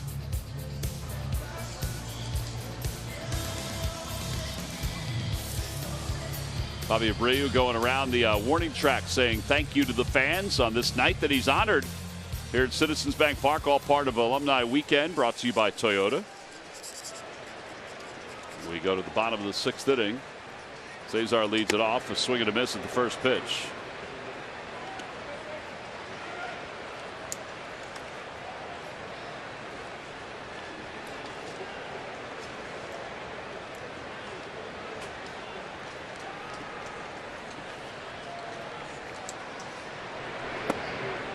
A little low, 1-1.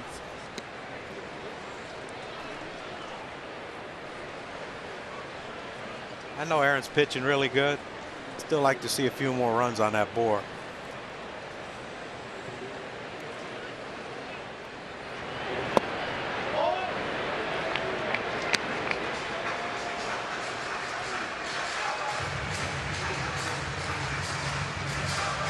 Don't see many of those here at Phillies games, do you? Cowboys? Cowboy hats. He needs a little bigger size. They wear him down a little lower than that? I would think so. Not that I'm a cowboy hat connoisseur, but I would think so. He looks very comfortable, though. You're on TV.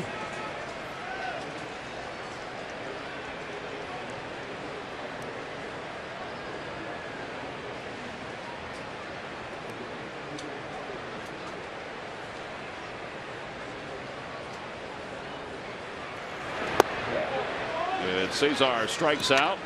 6 strikeouts for Detweiler. Tomorrow is full of Phillies sports, and we've got you covered all day long. Right after the Phillies and the White Sox close out their series, watch the Birds practice with Training Camp Live. Michael, Ray, Barrett will be at Lincoln Financial Field breaking down all the action. Watch Training Camp Live tomorrow night at 7 on NBC Sports Philadelphia and the My Teams app. Hey, that football season snuck up on us quick. Big time. Hall of Fame game this week. John, I want to jump back to a point. I was watching TV last night, and Segura was a hitter, and after he hit the ball to right field to score the run, he made a great point about playing ABC baseball last night. Even though they didn't win the ball game, that inning was just a beautiful thing to see them not rely on a home run and make contact. And is that the stolen base inning? I think Roman stole a base that inning. And the infield was drawn in, though. I think there were men on second and third, and he hit the ball to right field between the drawn in infield. Yeah, to the right side. Yeah. Yep. Yeah, in fact. And I believe he was planning to do that, too. It looked like a swing that, where he said, I'm going the other way. And he had, it was a huge hole.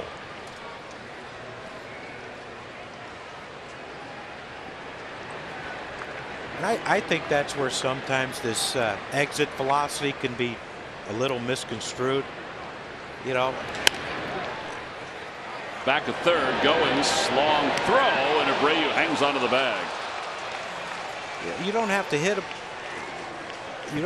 a ball 105 miles an hour to have a successful at bat.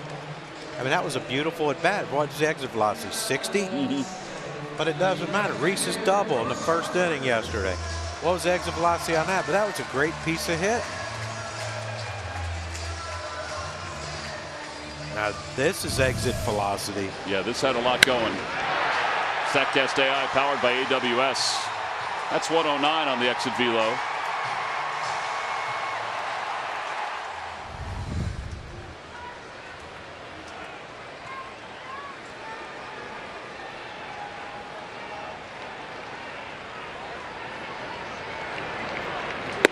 And a pitch upstairs, 1 ball and no strikes.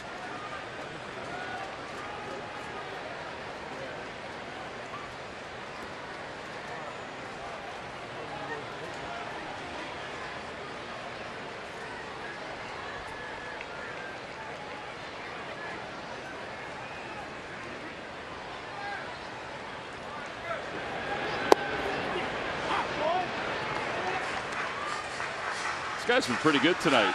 He came in with an ERA over 6.5 in 3 starts, 7 games. He's only had a couple of major league games the last couple of years. Well, lefty, changed speeds, and he's throwing strikes. Made a couple mistakes. That's how we got the 2 runs. I think you're right about that, though. Just the fact that he's throwing strikes. Cordero is warming up in the pen. Saw him last night. Well, we saw everybody last night. I wouldn't throw Bryce a fastball anywhere near that inside corner. It looks like he's leaking, doesn't he, Bryce? He can throw something away. Probably would have some success, but can he? Oh, he wants it in, Michael.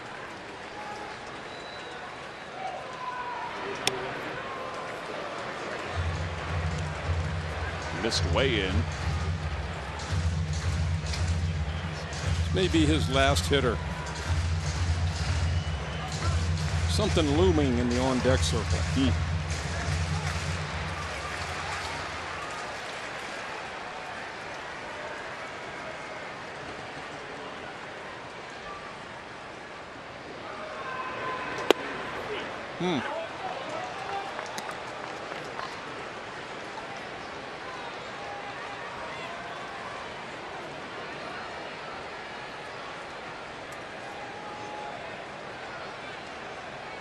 Right here is where the game has changed.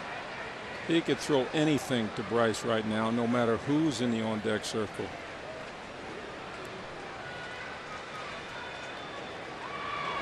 Outside, ball 4. 2-out walk. Reese coming up. Delaware Valley outie doers. Yeah, there's a beautiful thing. Still think it's going to be Detweiler's last hitter because of that. Yep. 406 feet. Hang time 5.9. And here comes Rich Renteria. So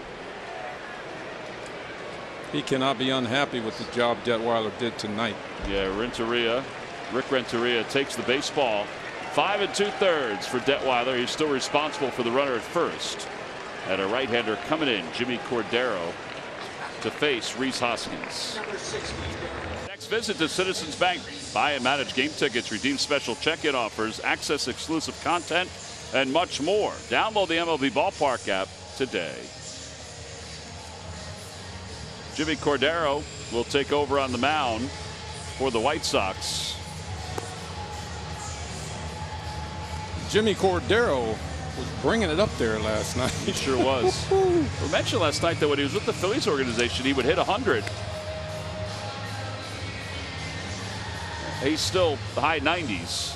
Did not have really good control of that hard breaking ball last night, but I'll tell you what, he was rushing it up there. 97, hit 98, I think, a couple times. Hit Kingery in the hip. 98, didn't he hit Kingery in the hip with 98? He did. You got there some chicken fingers? I did. I was starving. We didn't get a chance to eat. As soon as we got here, we had to go out to the Wall of Fame and take pictures. And oh, you all went out there to get your photo? well, we got a group picture, then we got individual. All right. And then we had to do the group picture over again because guess who showed up late? Is it Michael? No, the one right there in the middle with the sunglasses on. Oh, the ball. He had to make the ribs. His barbecue place is like 20 feet away. Well, he's having a little tough time with one of his back. He can't walk too well. Oh, so. okay.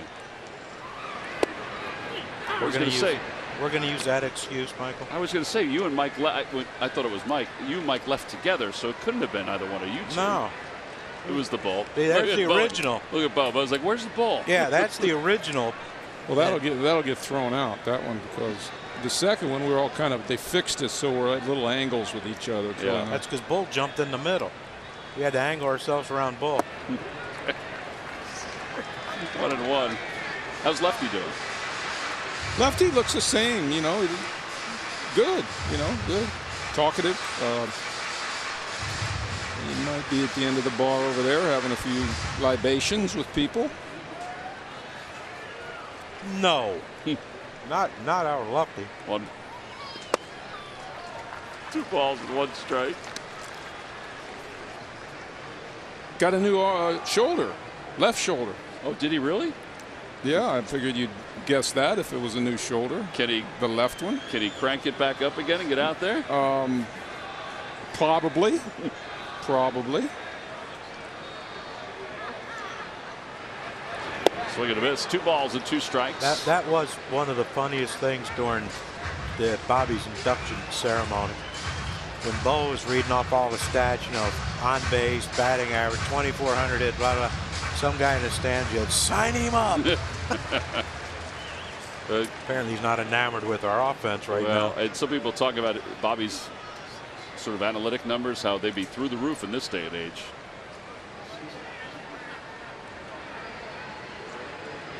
Way outside, 3-2.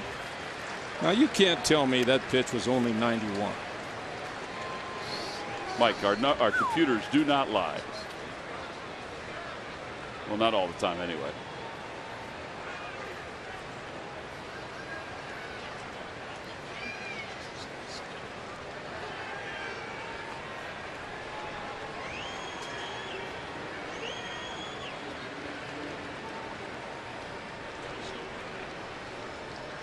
Have a little communication problem here. Somebody wants to throw a breaking ball and somebody wants to throw a fastball. Harper goes. He did throw something soft. It was a changeup. Yep. I mean, do you have to give in to Reese right here with? I don't think you do. With Sean Rodriguez on deck. I'm with you, John. Sean's numbers against righties this year haven't been very good. Well, I don't know. Let's see. That could be a Dickerson. Good pinch hit for him. You're right. Yeah, but then you have to use 2 guys, right? Does Dickerson play the field yet? He was running around today. I think they were still up in the air about it.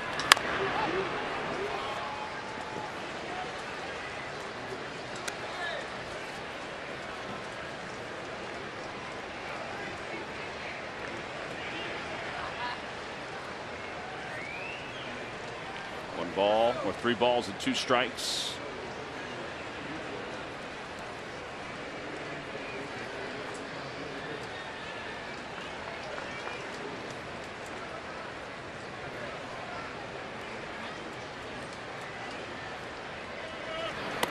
And ball 4. That'll put runners on first and second. Back-to-back walks by 2 different pitchers. When you shop online, you don't always know who you're dealing with. So when you order a genuine HP toner cartridges from WBMason.com, you know you're getting the real thing, because WB Mason has been a brand you can trust since 1898. Nobody does it better.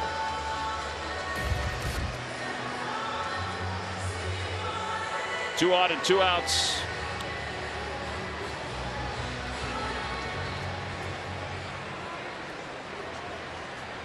Well, this is a key at bat in the game right here. Yeah, I still thought they might put Dickerson up, even though they might have to spend somebody else in the outfield. Let's hope Sean can come through here. Dave has a lot of confidence in him. There's a young man that pitched in the game last night that hit one in the upper deck left-handed.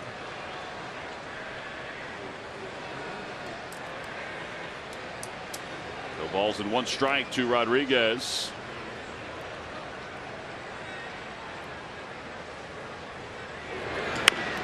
Tapper to third. Charging is Goins. And the inning is over. No runs, no hits. And 2 men left. We played 6. We move on to the 7th. Phillies 2, White Sox 1. Time now for your Delaware Valley Honda dealers game summary. The Phillies fell behind 1-0 in the 4th. Then back-to-back home runs by Harper and Hoskins. Aaron Nola has been the other part of the story. 1 hit over 6 innings, 8 strikeouts. Vintage Aaron Nola. Yeah, and the Phillies have needed this, no doubt about it.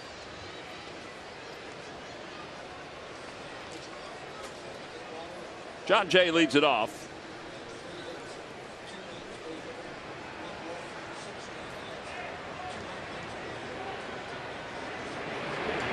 And a pitch in there. It's 0-1.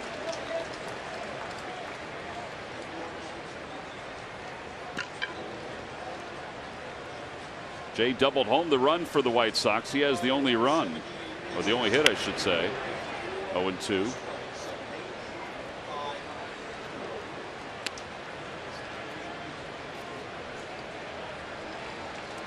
Jay, a lifetime .236 hitter against the Phillies.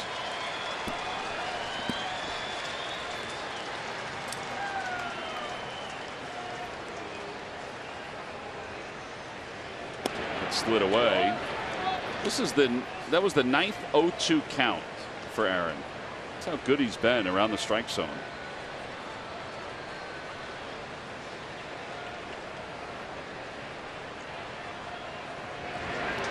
And a called strike 3. 9 strikeouts for Nola. 1 out. Jimenez coming up. Let's check in with Greg Murphy. Murph. All right, thank you very much, Tom. And we are here with Chad Durbin, and it's good to see him talking a lot about the 08 year and the 09 year. But let's talk about that 09 year, because you're back with your teammates, which I know for you guys is so much fun. And the personality of the 2009 team, how did, in your mind, did that differ from the 08 team? You're the world champs now, and then you're coming back. Well, there are different pieces. Guys that left, guys that retired, guys that made a difference behind the scenes. And for me, it was about like the Chano Parks and then Tyler Walker's, other guys that added pieces to our Raul Ibanez. But it's still about the core. Even the core before the 08 guys got here. It was about Jimmy, and it was about Rhino, it was about Utley, it was about those guys going out, Cole. But the difference was we got to slow things down a little bit. We didn't start well that year. A couple guys got hurt, did that stuff. But as we got rolling, as we started to gain confidence, we knew we can get there. And not only can we get there, but if we win this one, we might win a couple more in a row, and this is historic. So, I mean, I think that was the swagger the team had. We were excited about it. The talent was there.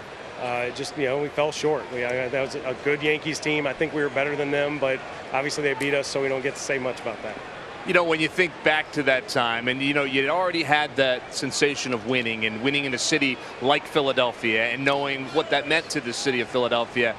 But then that goal of, hey, you know, like you just said, if we win on 09, then this team's going to be together. And the idea that maybe a little bit of history was being made, I would imagine that pushed you guys pretty good. Well, I can remember Cliff saying it after Game 1, before he went out there. And you remember Game 1 where he was catching balls casually, behind his back, all that stuff. He said, we're about to go do dynasty stuff. We're about to go win this, and we're about to go win 3 or 4 more in a row. And I don't want to interrupt him. Like, go do you. Like, have fun, go shove it. But at the same time, like, we still have to go win 4 games here. And it's Yankee Stadium, it's all that stuff. So that team was so talented. And I think if we all step back and we think, the 10 and 11 teams might have been even better. Sometimes that doesn't matter. And the 08 team had the ability to go out and finish. I thought that 09 was set up. I mean, in no part, until I saw them piling on each other in Yankee Stadium, it didn't compute with me, because we're better.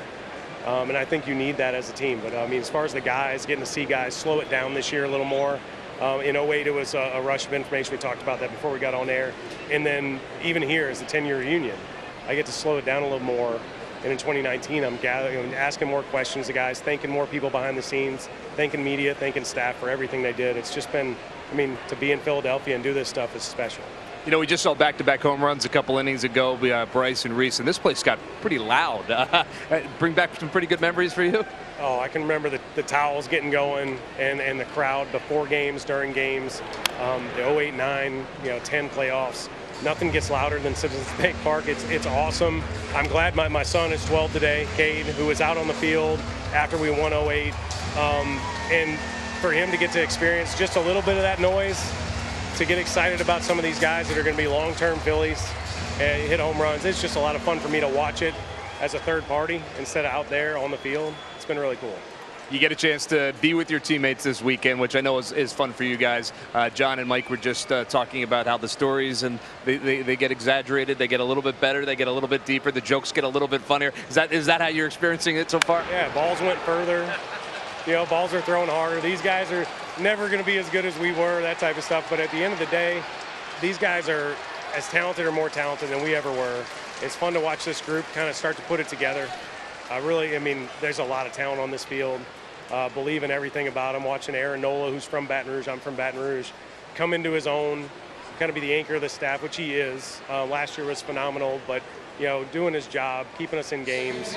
I've watched him since he was about 12 or 13 years old, grow into what he is now from afar. I've never really got involved. And then as he finished up his college years and then gets drafted by the Phillies, he's all right, I'm going to have to insert myself to some level, but nothing I've ever said or done has improved or declined this guy's progress. He's a phenomenal pitcher, and I'm glad he's here. He is fun to watch. Before I let you go, you're here with your wife and your 3 kids. You said your son is celebrating his 12th birthday. What keeps you busy nowadays? You know what? I'm retired. I did some financial advisory stuff for about 3-4 years, and I'm retired again. And get to focus on my kids, focus on my wife. She's actually, I think she wants me out of the house a little more. She's tired of me. I think that's a lot of the retired, ball player mantra is, okay, they want me to get out of here and not just go play golf. So want to get involved in baseball, want to get back into improving as much as I can, adding value on the field. So we'll see what happens. All right. Well, we certainly look forward to having you back around here in Philadelphia from time to time. All right. Appreciate it. Thank you so much. All right, Chad Durbin, good to see you.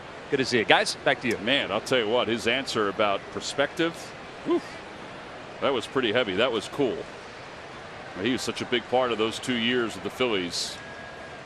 It's no balls and 1 strike to Sanchez with runners on second and third. And 1 out. He bunts toward first. Here comes Jimenez. Barehand by Hoskins. He is out at home plate. Knapp held on. What a play by Andrew Knapp and Rhys Hoskins. 2 outs here in the 7th. That was a fantastic play. John, you're the ex-first baseman, so I'll let you handle it. But I don't know how you can bunt with 1 out and 2 men in scoring position when you're down 2-1 in a game. Well, this young man has struggled offensively. Sanchez has, but that's just a heck of a play by Rhys. And you give Andrew credit because that's one of the times you can block home plate, but Rhys's toss to him kind of took him toward Jimenez, and that kind of stopped Jimenez in his tracks.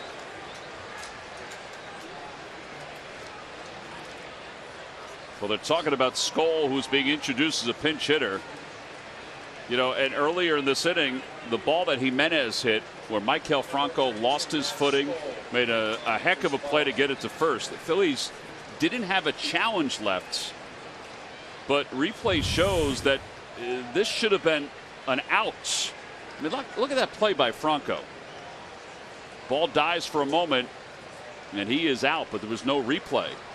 So Jimenez, instead of being out number 2, gets an infield hit, goes to third on the double, but now is cut down on the play by Rhys. By the way, on that double, Harper made a nice play down in the corner of right field to get that ball in. But I'll bring the point up again, guys. Why do you bunt? Yeah, I mean, am I crazy? What is it, 1 out, right? Second and third. Second and third, 1 out, infield, slightly in on the corners for sure. Winning runs on second base, or the lead runs on second base.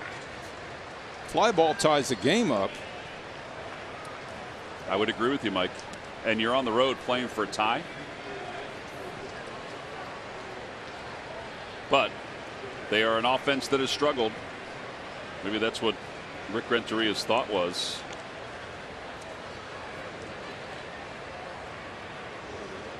One ball and no strikes to Skoll. 1-1.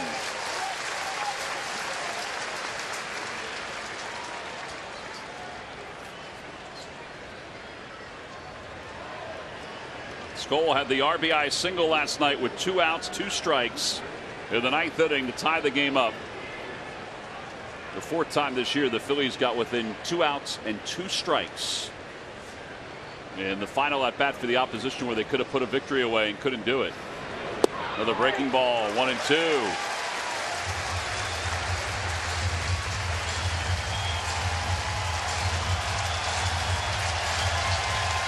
Houston shutting out Seattle 7-0. Aaron Sanchez in his first start went 6 no-hit innings. Will Harris is in now. So a combined no-hitter for the Astros. Here it's 1-2 to Skoll with runners on first and third.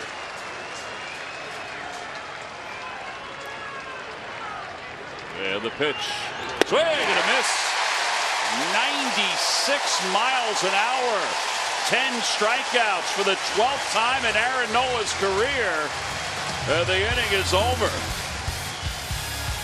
Look at the life on that fastball. He reared back and fired it. Strikeouts are big. That play by Hoskins and Knapp might even be bigger. Phillies scored during the month of August. Will make a contribution to Help Our Kids Radiothon, benefiting Nemours Alfred I. DuPont Hospital for Children. To make a donation or to find out more, go to nemours.org/radiothon. Big time plays by those three guys right there. Now, Franco's didn't result in an out, but it was a fantastic play at third. Hoskins, bare hand grab and pitch to Knapp, covering the plate. I mean, look at this, guys. Yeah, first of all, he got a good jump. Once you saw Sanchez turn to bunt, which I think Sanchez might have turned a tad early. But they tried this last night. They fouled it off. And they thought, well, let's just go at this again. But unbelievable play by Reese. Bare hand, perfect flip. You know, if that flips high to Knapp, they probably score. If he has to reach up to catch it, he probably score. But a perfect flip. You know, you talk about outfielders getting jumps on balls. Reese got a good jump on that one. That ball didn't go to the glove hard either, like you're making No. a throw. It goes into the glove real soft, so that was a good play by Knapp. Hazley leads it off here in the 7th against Jace 5. James McCann is the new catcher. Hazley is 0 for 2. He has struck out and he's grounded out. Pavetta's warming up in the pen. 1 ball, 1 strike to Hazley. Noah's due to bat 4th in the inning.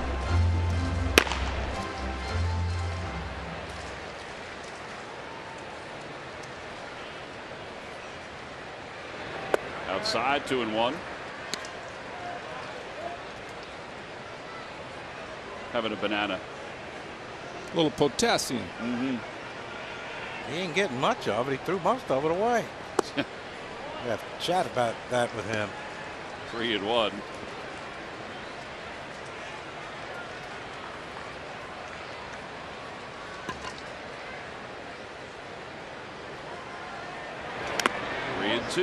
That got a piece of McCann. You watched the game the other day against the Mets. McCann was getting peppered with one foul ball after another. They don't care, Tommy. Boys are tough. They're used to that. Mike, he had to have at least 4 foul balls to the inner part of his thigh. Yeah. Is that what we're calling that place now? The groin area. The inner thigh.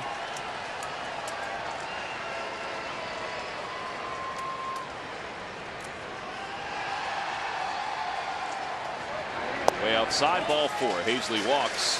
That's a good sign right there. Nice at bat. Come cheer on the Phils when the Chicago Cubs come to town for a National League Series you won't want to miss. Tuesday, Wednesday, and Thursday, the 13th, 14th, and 15th. Throwback Thursday on the 15th, the IBEW Local 98 JT Remuto Retro T-shirt given out to children 14 and under.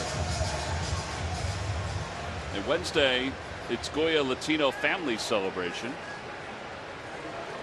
And we're going to be sitting right there. Right in that area. In the stands. Yeah. See the little kid with the phone? That's our first seat. How are we going to see anything with that big green guy in front of it?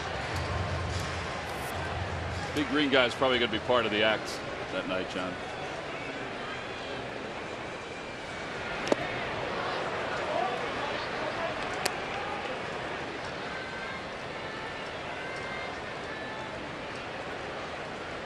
Those are the shoes Bryce designed for him? Or McCutchen, right? Yeah, McCutchen. those are the McCutchen shoes.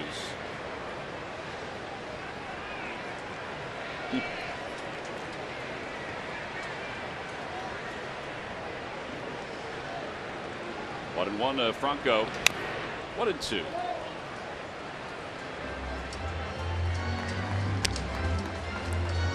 Michael is 0 for 2. He's flied to center, and he's grounded out to shortstop.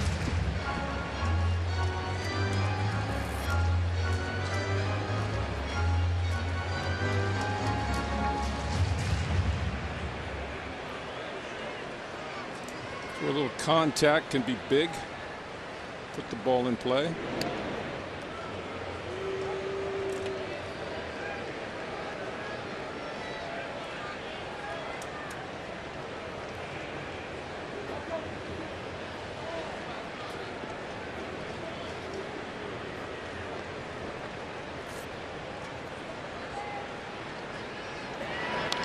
Another one fouled.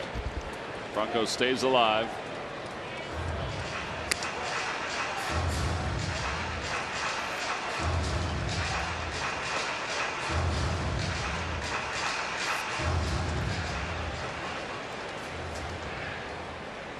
Another look at where we're sitting. Only hitter in the season. Little floater out to left center field. That'll drop for a hit. Hazley will head to third. The ball bobbled. Garcia's throw not in time. Franco scoots to second. Boy, does that change things. Yeah, that was not a good play. Good contact by Michael. The 2 strikes. Second and third now for Knapp. Boy, he dug that ball right off the ground. All right, now this is, I think this is odd too. They're going to walk Knapp intentionally. No offense to Andrew. And the Phillies are going to send up JT Realmuto as a pinch hitter.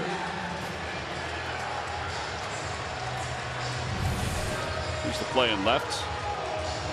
All right, Jimenez takes his eye off of it. You can see there. Yes, he overran it. Yeah, he overran it. It looked like it backed up on him too, and he took his eye off and tried to barehand it. Good aggressive base running by Hazley.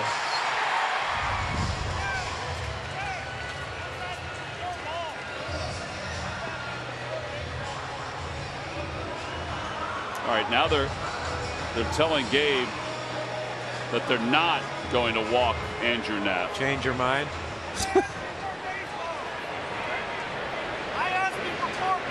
Oh, the umpire asked for 4 baseballs, and the Phillies thought they wanted to walk him on 4 pitches. Reverse the tape. I thought that was an odd play. I really did. Yeah, I thought that was kind of strange myself, but explanation is done, and Andrew's going to get a chance to drive into. 94 pitches, by the way, for Nola.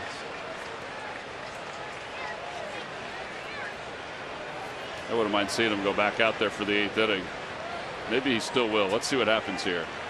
Infield in. Hey, you wonder if Andrew drives in a couple runs right here, will he send Aaron up to hit? Pull JT back.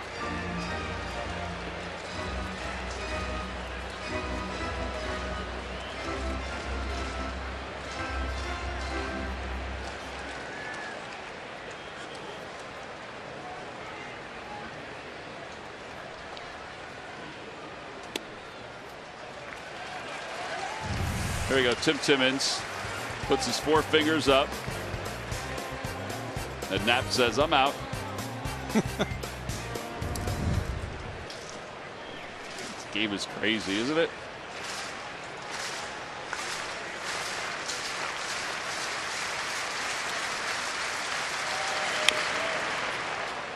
Two and one to Knapp.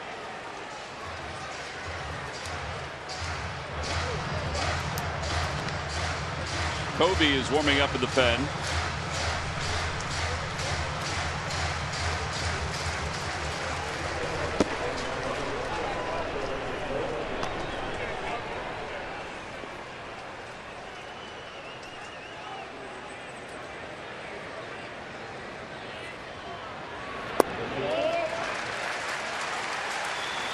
He may get that walk yet.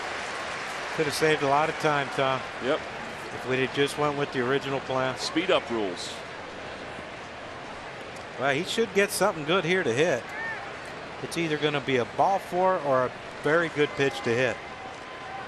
Not sure if Fry's going to try to be painting anything with this one.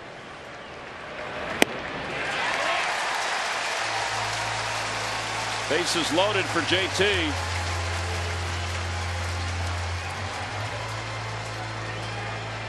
And Rick Renteria is heading back out to the mound. And I believe they're going to bring in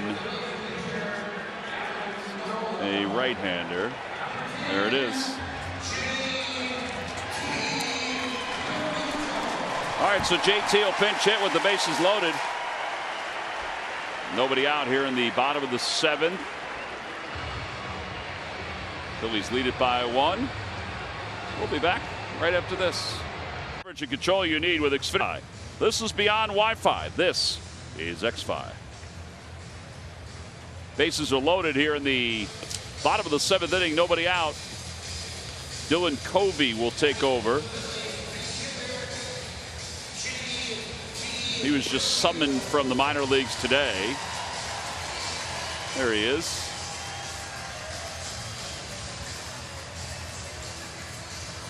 Going right in the fire, huh? Yes, sir.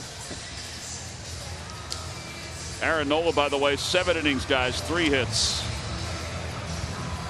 1 run, 2 walks, 10 strikeouts. He could have kept on going. Absolutely. And I think they want to get runs. He did what an ace does. 15-inning game, bullpen's used up. You're short a man anyway with the suspension of Hector, and Aaron gives you 7 innings and gives you. Sadly, it's only a 1-run lead, but they could add up here.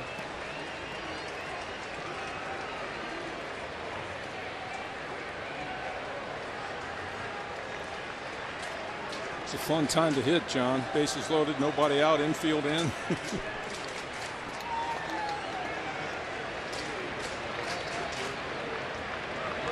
JT takes low.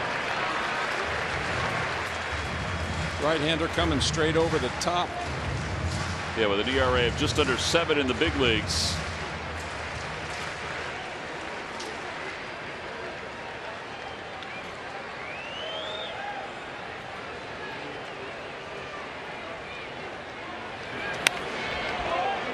.96. Bryce Harper, Rhys Hoskins. They both have homered to give the Phils the 2-1 lead. Phillies only have 4 hits tonight against this White Sox staff.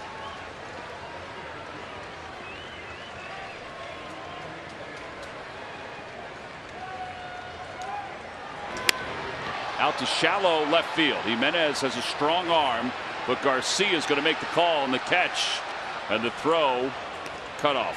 1 out. Wasn't deep, and Garcia was able to get behind it. And now Cesar Hernandez.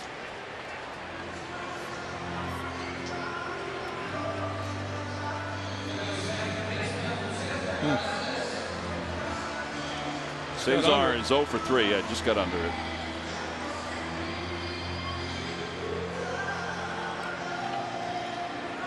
Mike, when you had a guy in third. No, I didn't. Bases loaded. I tried to just hit it hard on the line. Thank you. Did not try to elevate, because I don't ever believe in trying to elevate the baseball. They say man on first, 1 out, no outs. That goes right back to the screen and all the way past McCann. Finish my answer on that.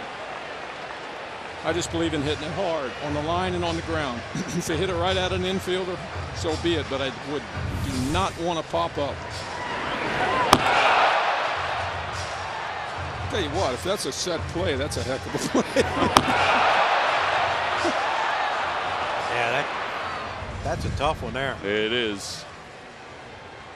The guy shouldn't get rewarded for throwing 1/2 and hit the backstop right in the air. And then throw a strike. Here's the arm strength for the outfielders.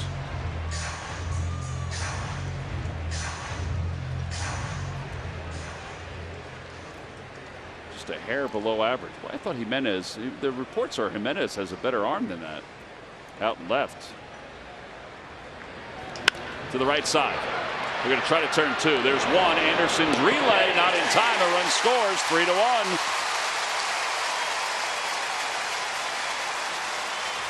White Sox will take a look at it.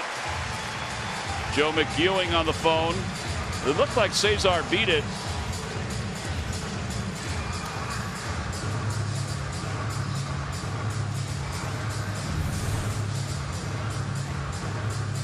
And he did. Hindsight's 20/20, but I don't know if I'd have played the infield at double play depth with Hernandez hitting. Just because of his speed? Well, yeah. I mean, in ball on the ground, you're not going to double him up. Yeah, it's hard to defend against a bullet. Like Cesar would have to hit that ball. Had to hit that ball really hard to turn a double play. He didn't. But they were defending against him hitting the ball hard. All right, so first and third, Segura has 3 groundouts tonight. Swing and a miss, 0-1. And some strange things happen in this game.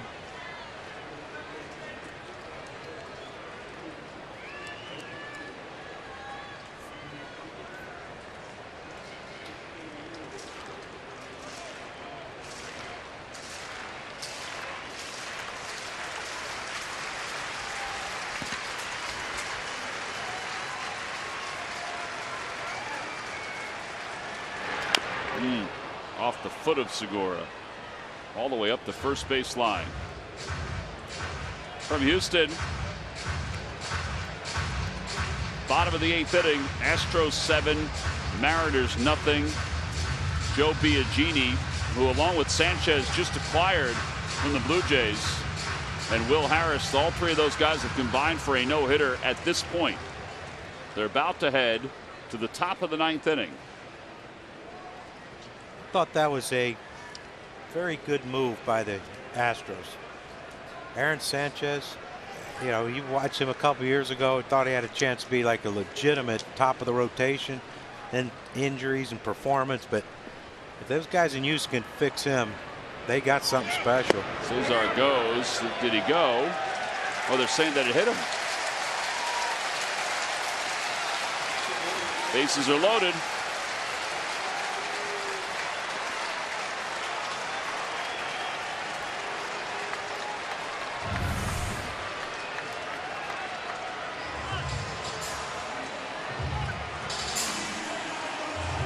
Hit him in like the upper thigh?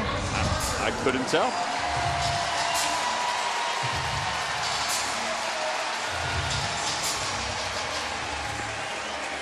When you have a left-hander down there soft tossing prior to I didn't see if they had anybody else up and throwing. No, but I mean, should they? Yes.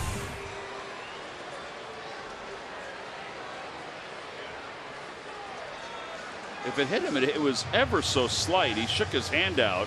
Tim Timmons called it immediately. The White Sox have asked them to review it. Yeah, Timmons called it, but the way McCann went out, like he was kind of looked like he was kind of shocked that he called it a hit by pitch. Yeah.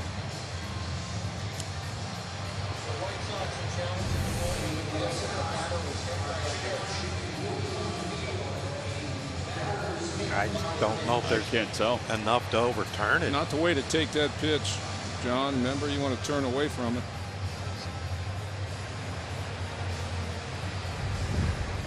I mean, there was a slight change of direction.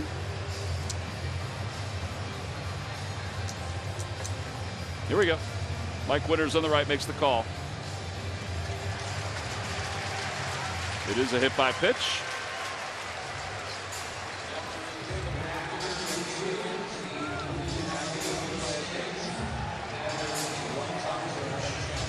White Sox and Phillies both out of challenges. And now Bryce Harper will bat with the right-hander on the mound. All the lefties they had in the bullpen. They decide to stay with the righty. Well, didn't Osich pitch 2 yesterday? I mean, Osich pitched 2. Bummer. Harper takes outside. Why is the shortstop not playing full shift. Why is he not over on the second base side? Yeah. Michael, I do not know the answer to that one.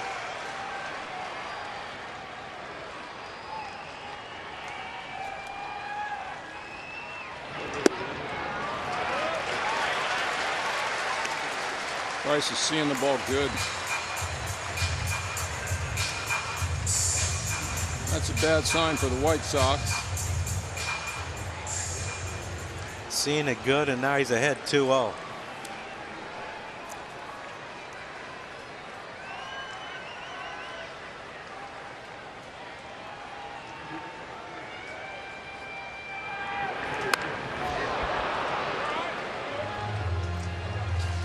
Yeah, it's funny. I was just thinking, you don't see Bryce Harper check swing the ball very often. Keeps his hands back. I think he was really ready. I think he was on green light on that 2-0 pitch, huh? Swing mode.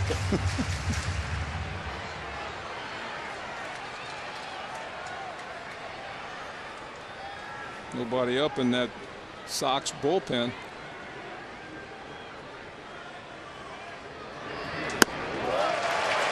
I'm really surprised they don't have another lefty available. They can't work 2 days in a row, or did they It work must be before usage. that? Yeah, it must be usage.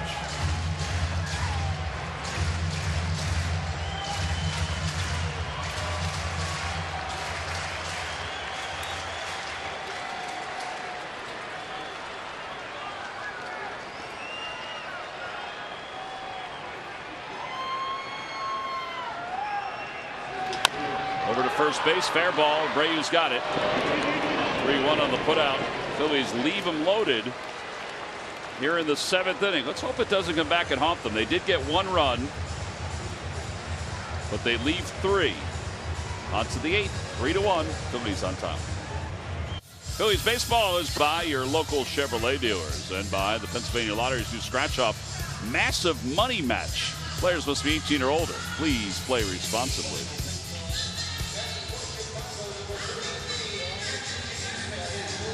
Top of the 8th inning, Phillies up 3-1.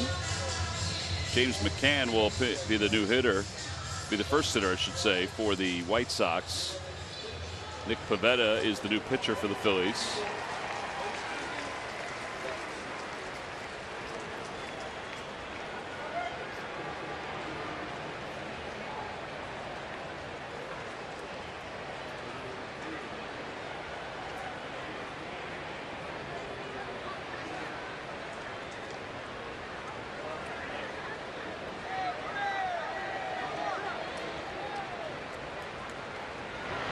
First pitch from Pivetta inside, 1-0.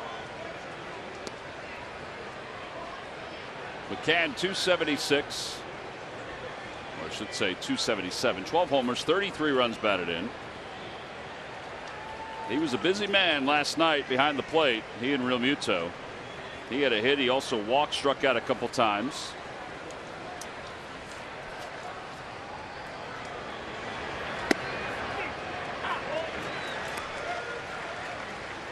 Little pitcher's pitch there, 1-1. Yeah, he has not called that a couple of times tonight.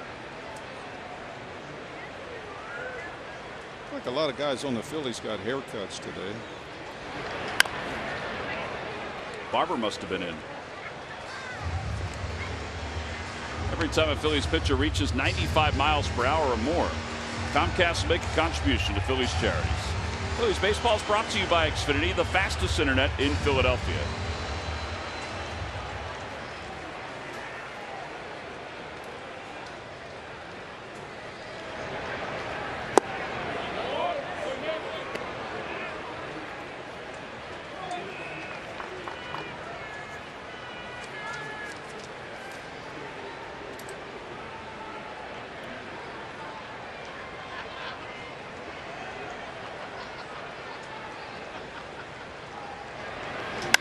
Down the right field line, that'll slice out of play.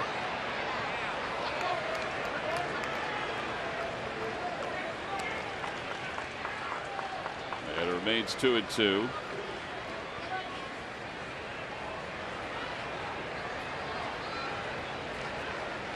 Tommy Hunter.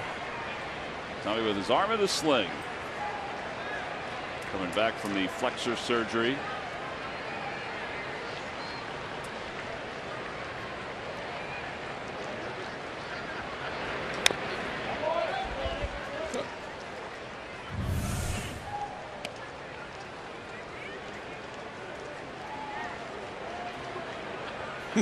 Oh, that's awesome. She is instantly happy.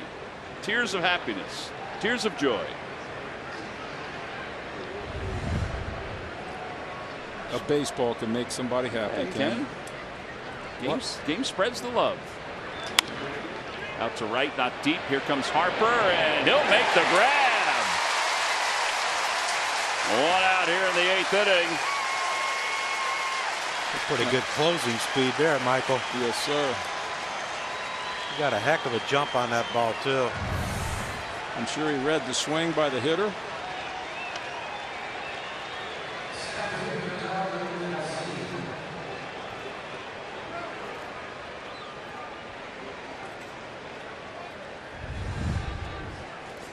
And now Garcia, who is 0 for 2 with a walk and a run scored.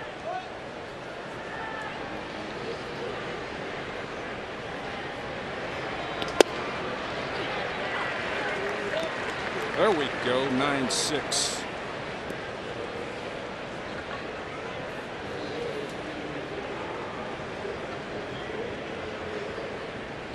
Inside. Garcia tonight has grounded out. He's walked and scored the only run for the White Sox and has gone down looking on strikes.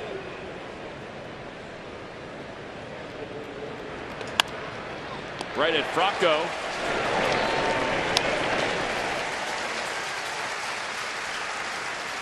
Two outs. Let's check in with Greg Murphy. All right, thanks, Tom. Time for our Coors Banquet, timeless moment. We take you back to August 3rd, 1990. That was the day that the Braves traded two-time MVP Dale Murphy to the Phils for reliever Jeff Parrott and a pair of players to be named later.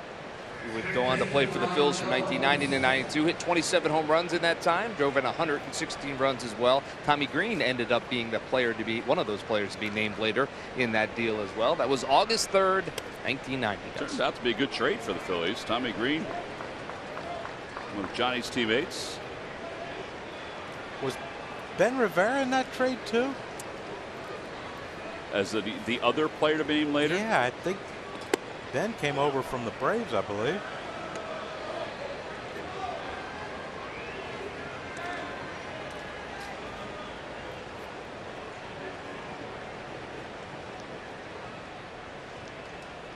Nope, for Donnie Elliott in May of '92.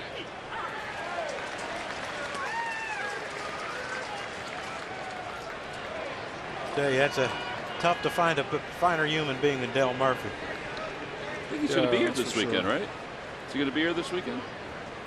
I heard supposed to be here tomorrow. Yeah.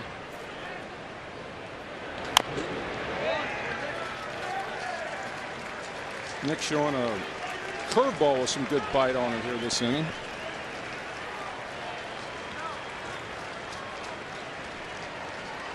.96-mile-an-hour curveball and or fastball and a biting curveball. That's a good combination. Yes, it is. Yeah, considering he's pitching in back-to-back games for the first time as he continues to learn this role.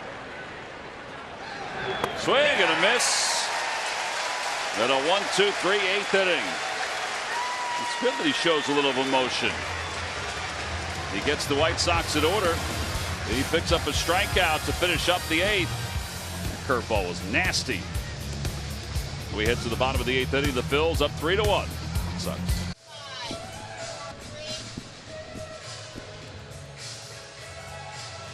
Sunday Fun Day is even better with an Aaron Nola bobble figurine courtesy of Valley Forge at Montco Tourism. Sunday, August 18th, when the Padres are here. Go to Phillies.com to purchase your tickets. Nice stuff from Nick Pivetta. We start the 8th. Rhys Hoskins takes high. You have to assume Nick's going back out for the 9th, right? Well, it looks that way. Ain't no one up. Somebody would start to warm up now, you would think.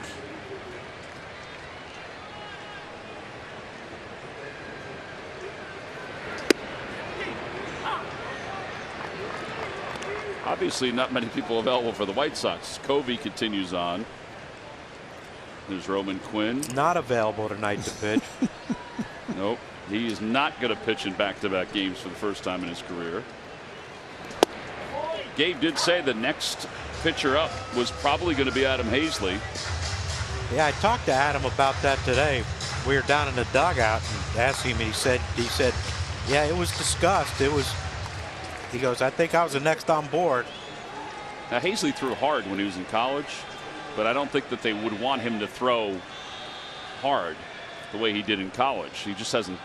Well, he hasn't done it since college. Well, he told me they wore him down pretty good in Virginia. He told me low 80s. Yeah, is that what he was going to sit at? That's what he told me, low 80s. He said I can get it up there low 80s. They said they just wanted him to throw strikes. That's why Roman was the guy.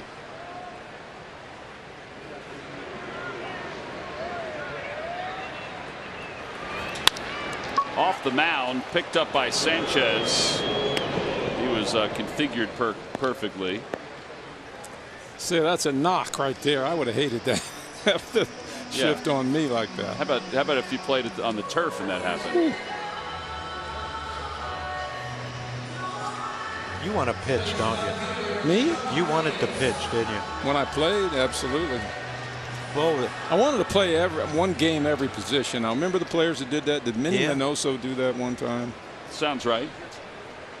There were some other guys that did that too. Lawless, guy for the Cardinals. Lawless.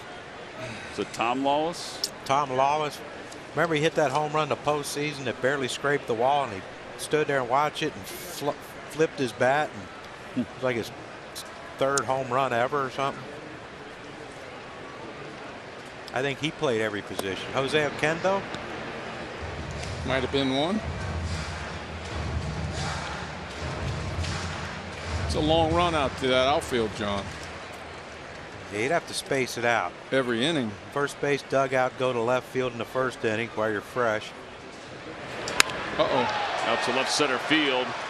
Jimenez and Garcia. It's Garcia who leaps in front of Jimenez to make the catch. Wow. 2 outs.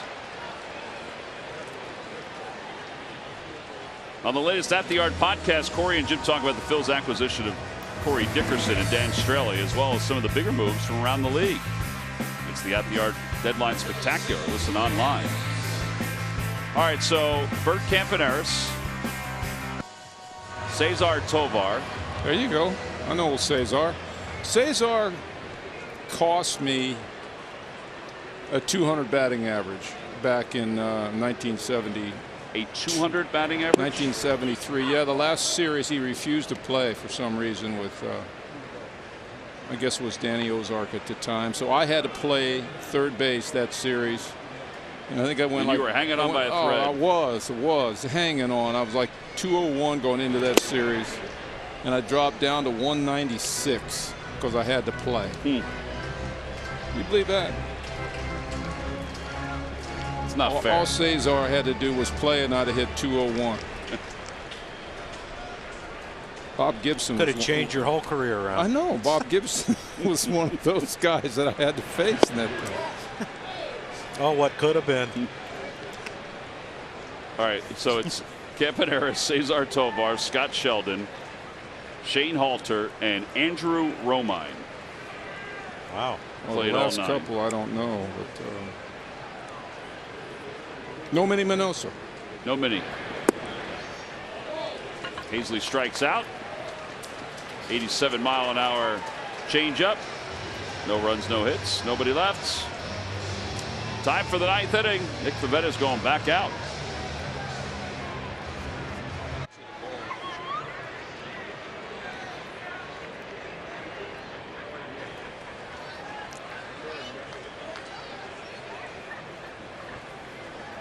Well, the no-hitter is complete. The Houston Astros have defeated the Seattle Mariners 9-0. Aaron Sanchez, he went the first 6. It's the 12th no-hitter in Astros history. It's the second combined no-hitter. The last one was 2003, where Roy Oswalt, Brad Lidge, Billy Wagner were part of it. This one had Sanchez, Will Harris, Biagini, and Davinsky. 1 ball and 1 strike to Abreu. Real quick, I disrespected Cesar Tovar. The actual numbers I found out were 0 for 24 at the end of the season. For you? Yeah. Mike, don't let the facts get in the way of being mad at somebody. So I still don't all, like him. It wasn't all Cesar's fault. A little bit of a mini slump there. Hey, listen, yeah, you got to blame somebody else other than yourself. Just something positive to take into the winter. All these years, poor Cesar. Here's the 2-1 pitch to Abreu. Ooh, that's a good call right there. That's a good call for us. He's had a lot of calls right at the top of that strike zone.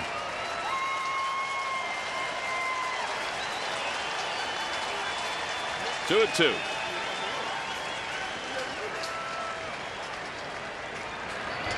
Off the hands, bounce toward the middle. Segura has it, pirouettes, throws low, right on by Hoskins. That'll be an E6. Ninth error.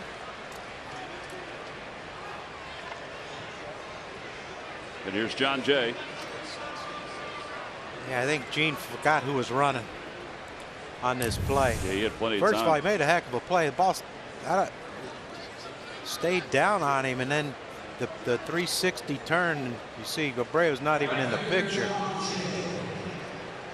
One thing, Abreu can do a lot of things running in one. That's right. Reese could have actually played a catcher on that, kind of knocked the ball down in front of him and then picked it up. Well, let's see if Nick Pivetta can shut this little thing down real quick.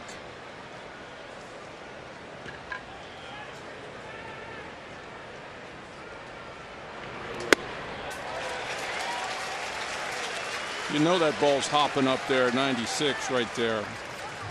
You get those check swings on those high pitches. Yeah, it is hopping. How about not holding them on over there, John? Can't run. I wouldn't. Checked his swing. I mean, I think you could safely play straight away first base, and there's no chance he would run. No. No, I agree. But maybe they're thinking that John Jay can't pull Nick Pivetta, and by the first few fastballs he's thrown, they're pretty accurate by that. But now if you throw a breaking ball, it could open up another.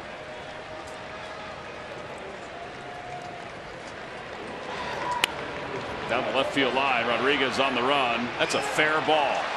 And Sean cuts it off and holds Abreu at second base. Here we go again. And you wonder if Richie Renteria was thinking about, should I pinch run for Abreu? Well, here you go. Well, Abreu's not maybe not. It's probably, it could be John Jay that they pinch run for. Abreu's not the tying run. No. Yeah, it's Cordell that will come out to pinch run for John Jay.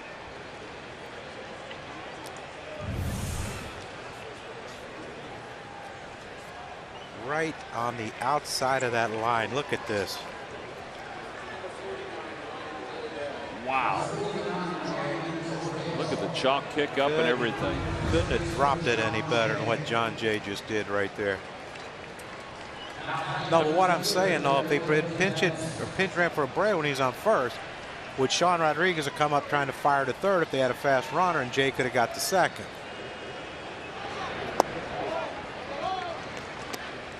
I'm with you. By the way, it has gotten silent here at the old ballpark. Yeah. Well, the key player here, if you're the home team, is the guy at the plate.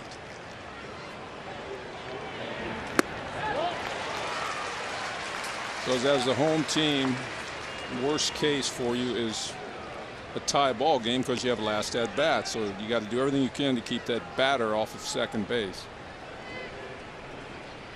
Ideally, you don't want any runs to score, and you want to get on out of here and let Harry Callis sing. But, you know, as an outfielder, you want to keep the batter off of second base.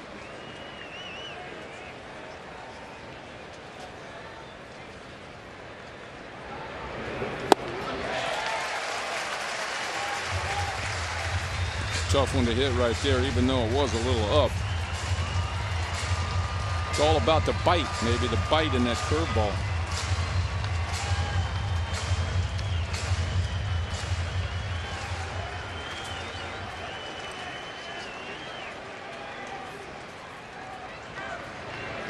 Swing and a miss, 1 out. Now it's getting a little louder. Big K right there. That's the one you need. Tim Anderson coming up. He doubled his last time up.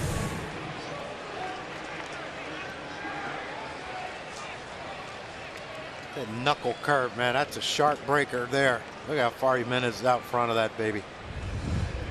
Now, would you play Franco on the line here? Double down the line, scores 2. Well, they did it last night. He was able to make that stop.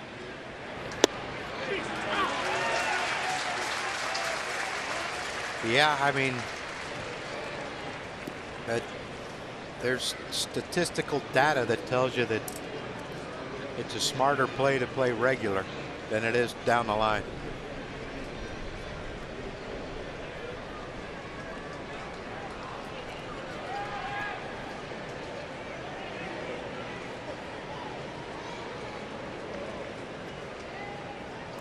At least a couple of steps. I don't mean standing right on the line, but down the right field line, Harper sprints over toward foul territory, and he jumps and he can't get it. It's off his glove. It came back.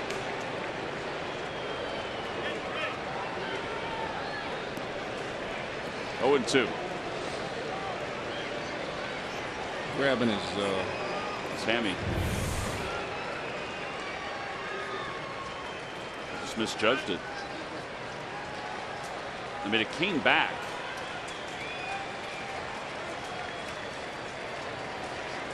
They almost hit him in the noggin.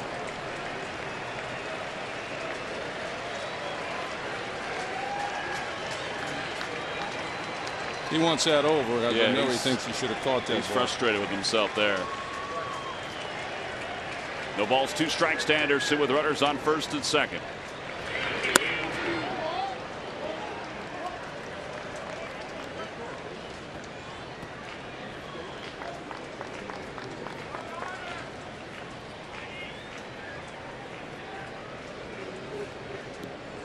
Don't worry, guys. It's going to be all right. Is that little show fastball right there? Look at the hitter. It's a crucial part of the game, honey. Let's not be talking. Swing and a miss, 95. Look at Pivetta on the mound. I mean, he's jumping up and down. 3 strikeouts.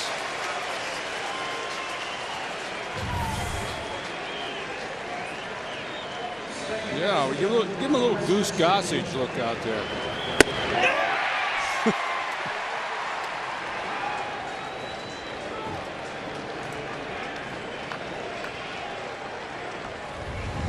And now Sanchez 0 for 3.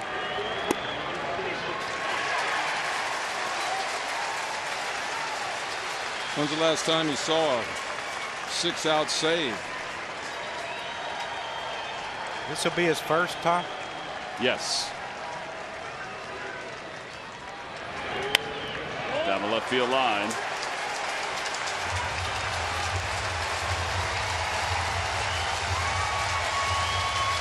$32,647. Nick Pivetta vying for his first major league save. Trying to get the last out. The pitch. Upstairs, 1 and 2.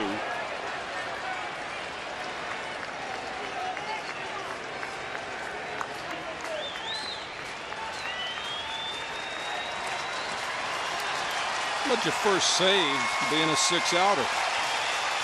Saving the bullpen, too. Everybody on their feet. And the 1-2 pitch. Inside. Nice play by Knapp. 2 and 2. More than a nice play. It kept a tying run on first base. Yep. That baby gets by. Changes the whole complexion of this thing. Phillies can move back in to a tie with the Nats if they win tonight. If the Nats lose in Arizona, they're trailing 10-4. The 2-2 pitch. And a line drive out to center field, a base hit. Hazley will cut it off. A run is in. Going to third base is Cordell. It's now a 3-2 game.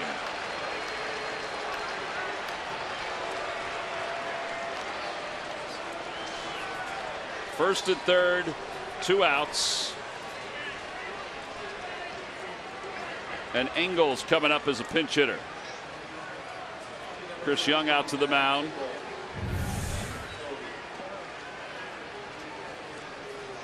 Give Sanchez credit on that one. Yeah. Got on top of that one. He tries to hit that ball up, fly out, get in this game, and he got on top of it, hit that line drive.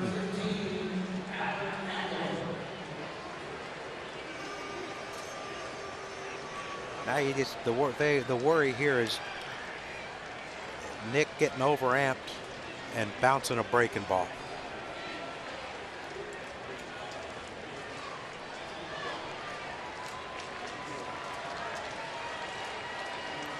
I don't know. I mean,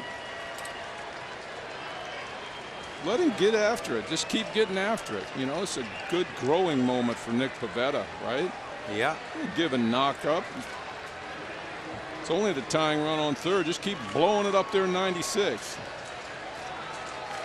Use the curveball. Trust Knapp. Runners lead off first and third. Outside, 1-0. And now Morin starts to throw in the bullpen for the Phillies.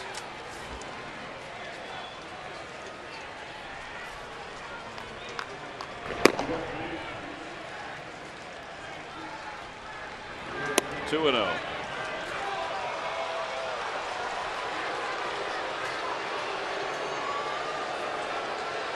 Rightfully so. I think the fans getting a little antsy. Is that directed toward the umpire? Do you think it might have been? Well, I don't know.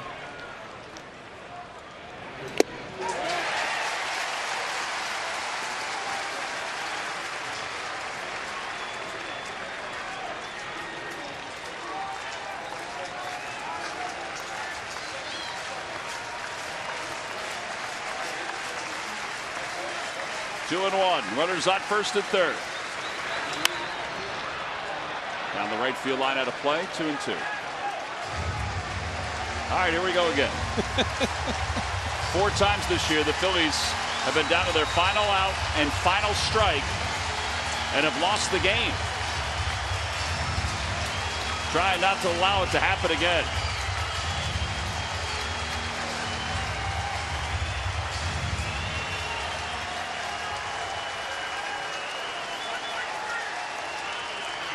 Swing and a miss. He got him. Nick Pivetta picks up his first major league save, and the Phillies hang on and win it 3-2. Woo! Everybody can exhale. The Sox score 1 run in the 9th inning, but they leave 2. He saves it for Aaron Nola, who picks up his 10th win of the season. Bryce Harper, Rhys Hoskins, both went yard tonight. It turns out the run that Cesar Hernandez knocked in on the fielder's choice. And yep. They were playing for the double play and ends up being the winning run.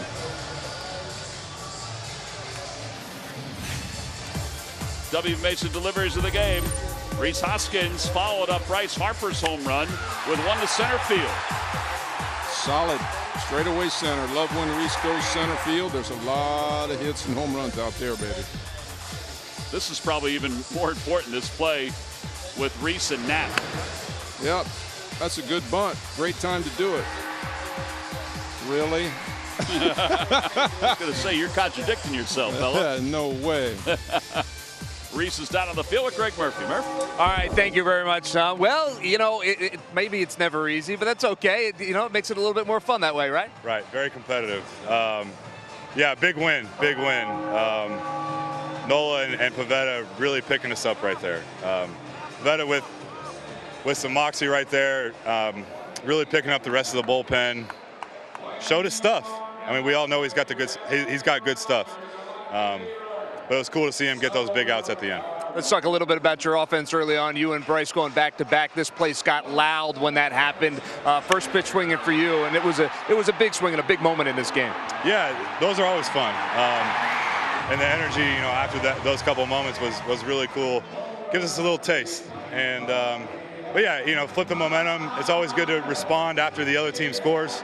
And then for Nola to go out and give us a 0 right after that was huge. But maybe the biggest play in this game was defense from you. In the 7th, they've got runners on 2nd and 3rd. The bunt is laid down, and you have one play at that point. You're able to make it. Take us through that right as you went through that. Yeah, it's that play is something that we know that these guys have run in the past. The coaching staff's done a great job of preparing us for that. And at that point, it's kind of just a do or die. A lot of credit to Nappy for sticking in there and laying a good tag on him.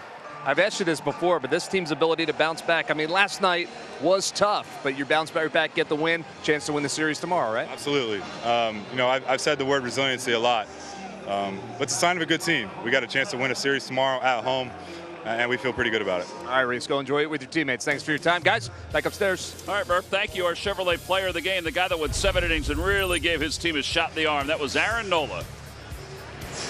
Curveball was really wicked. Well, this is what you expect from Aaron. At the ace of your staff, you play 15 innings, bullpen's depleted, and he knows what he had to do. He knew he had to come out and go at least 7, Tom.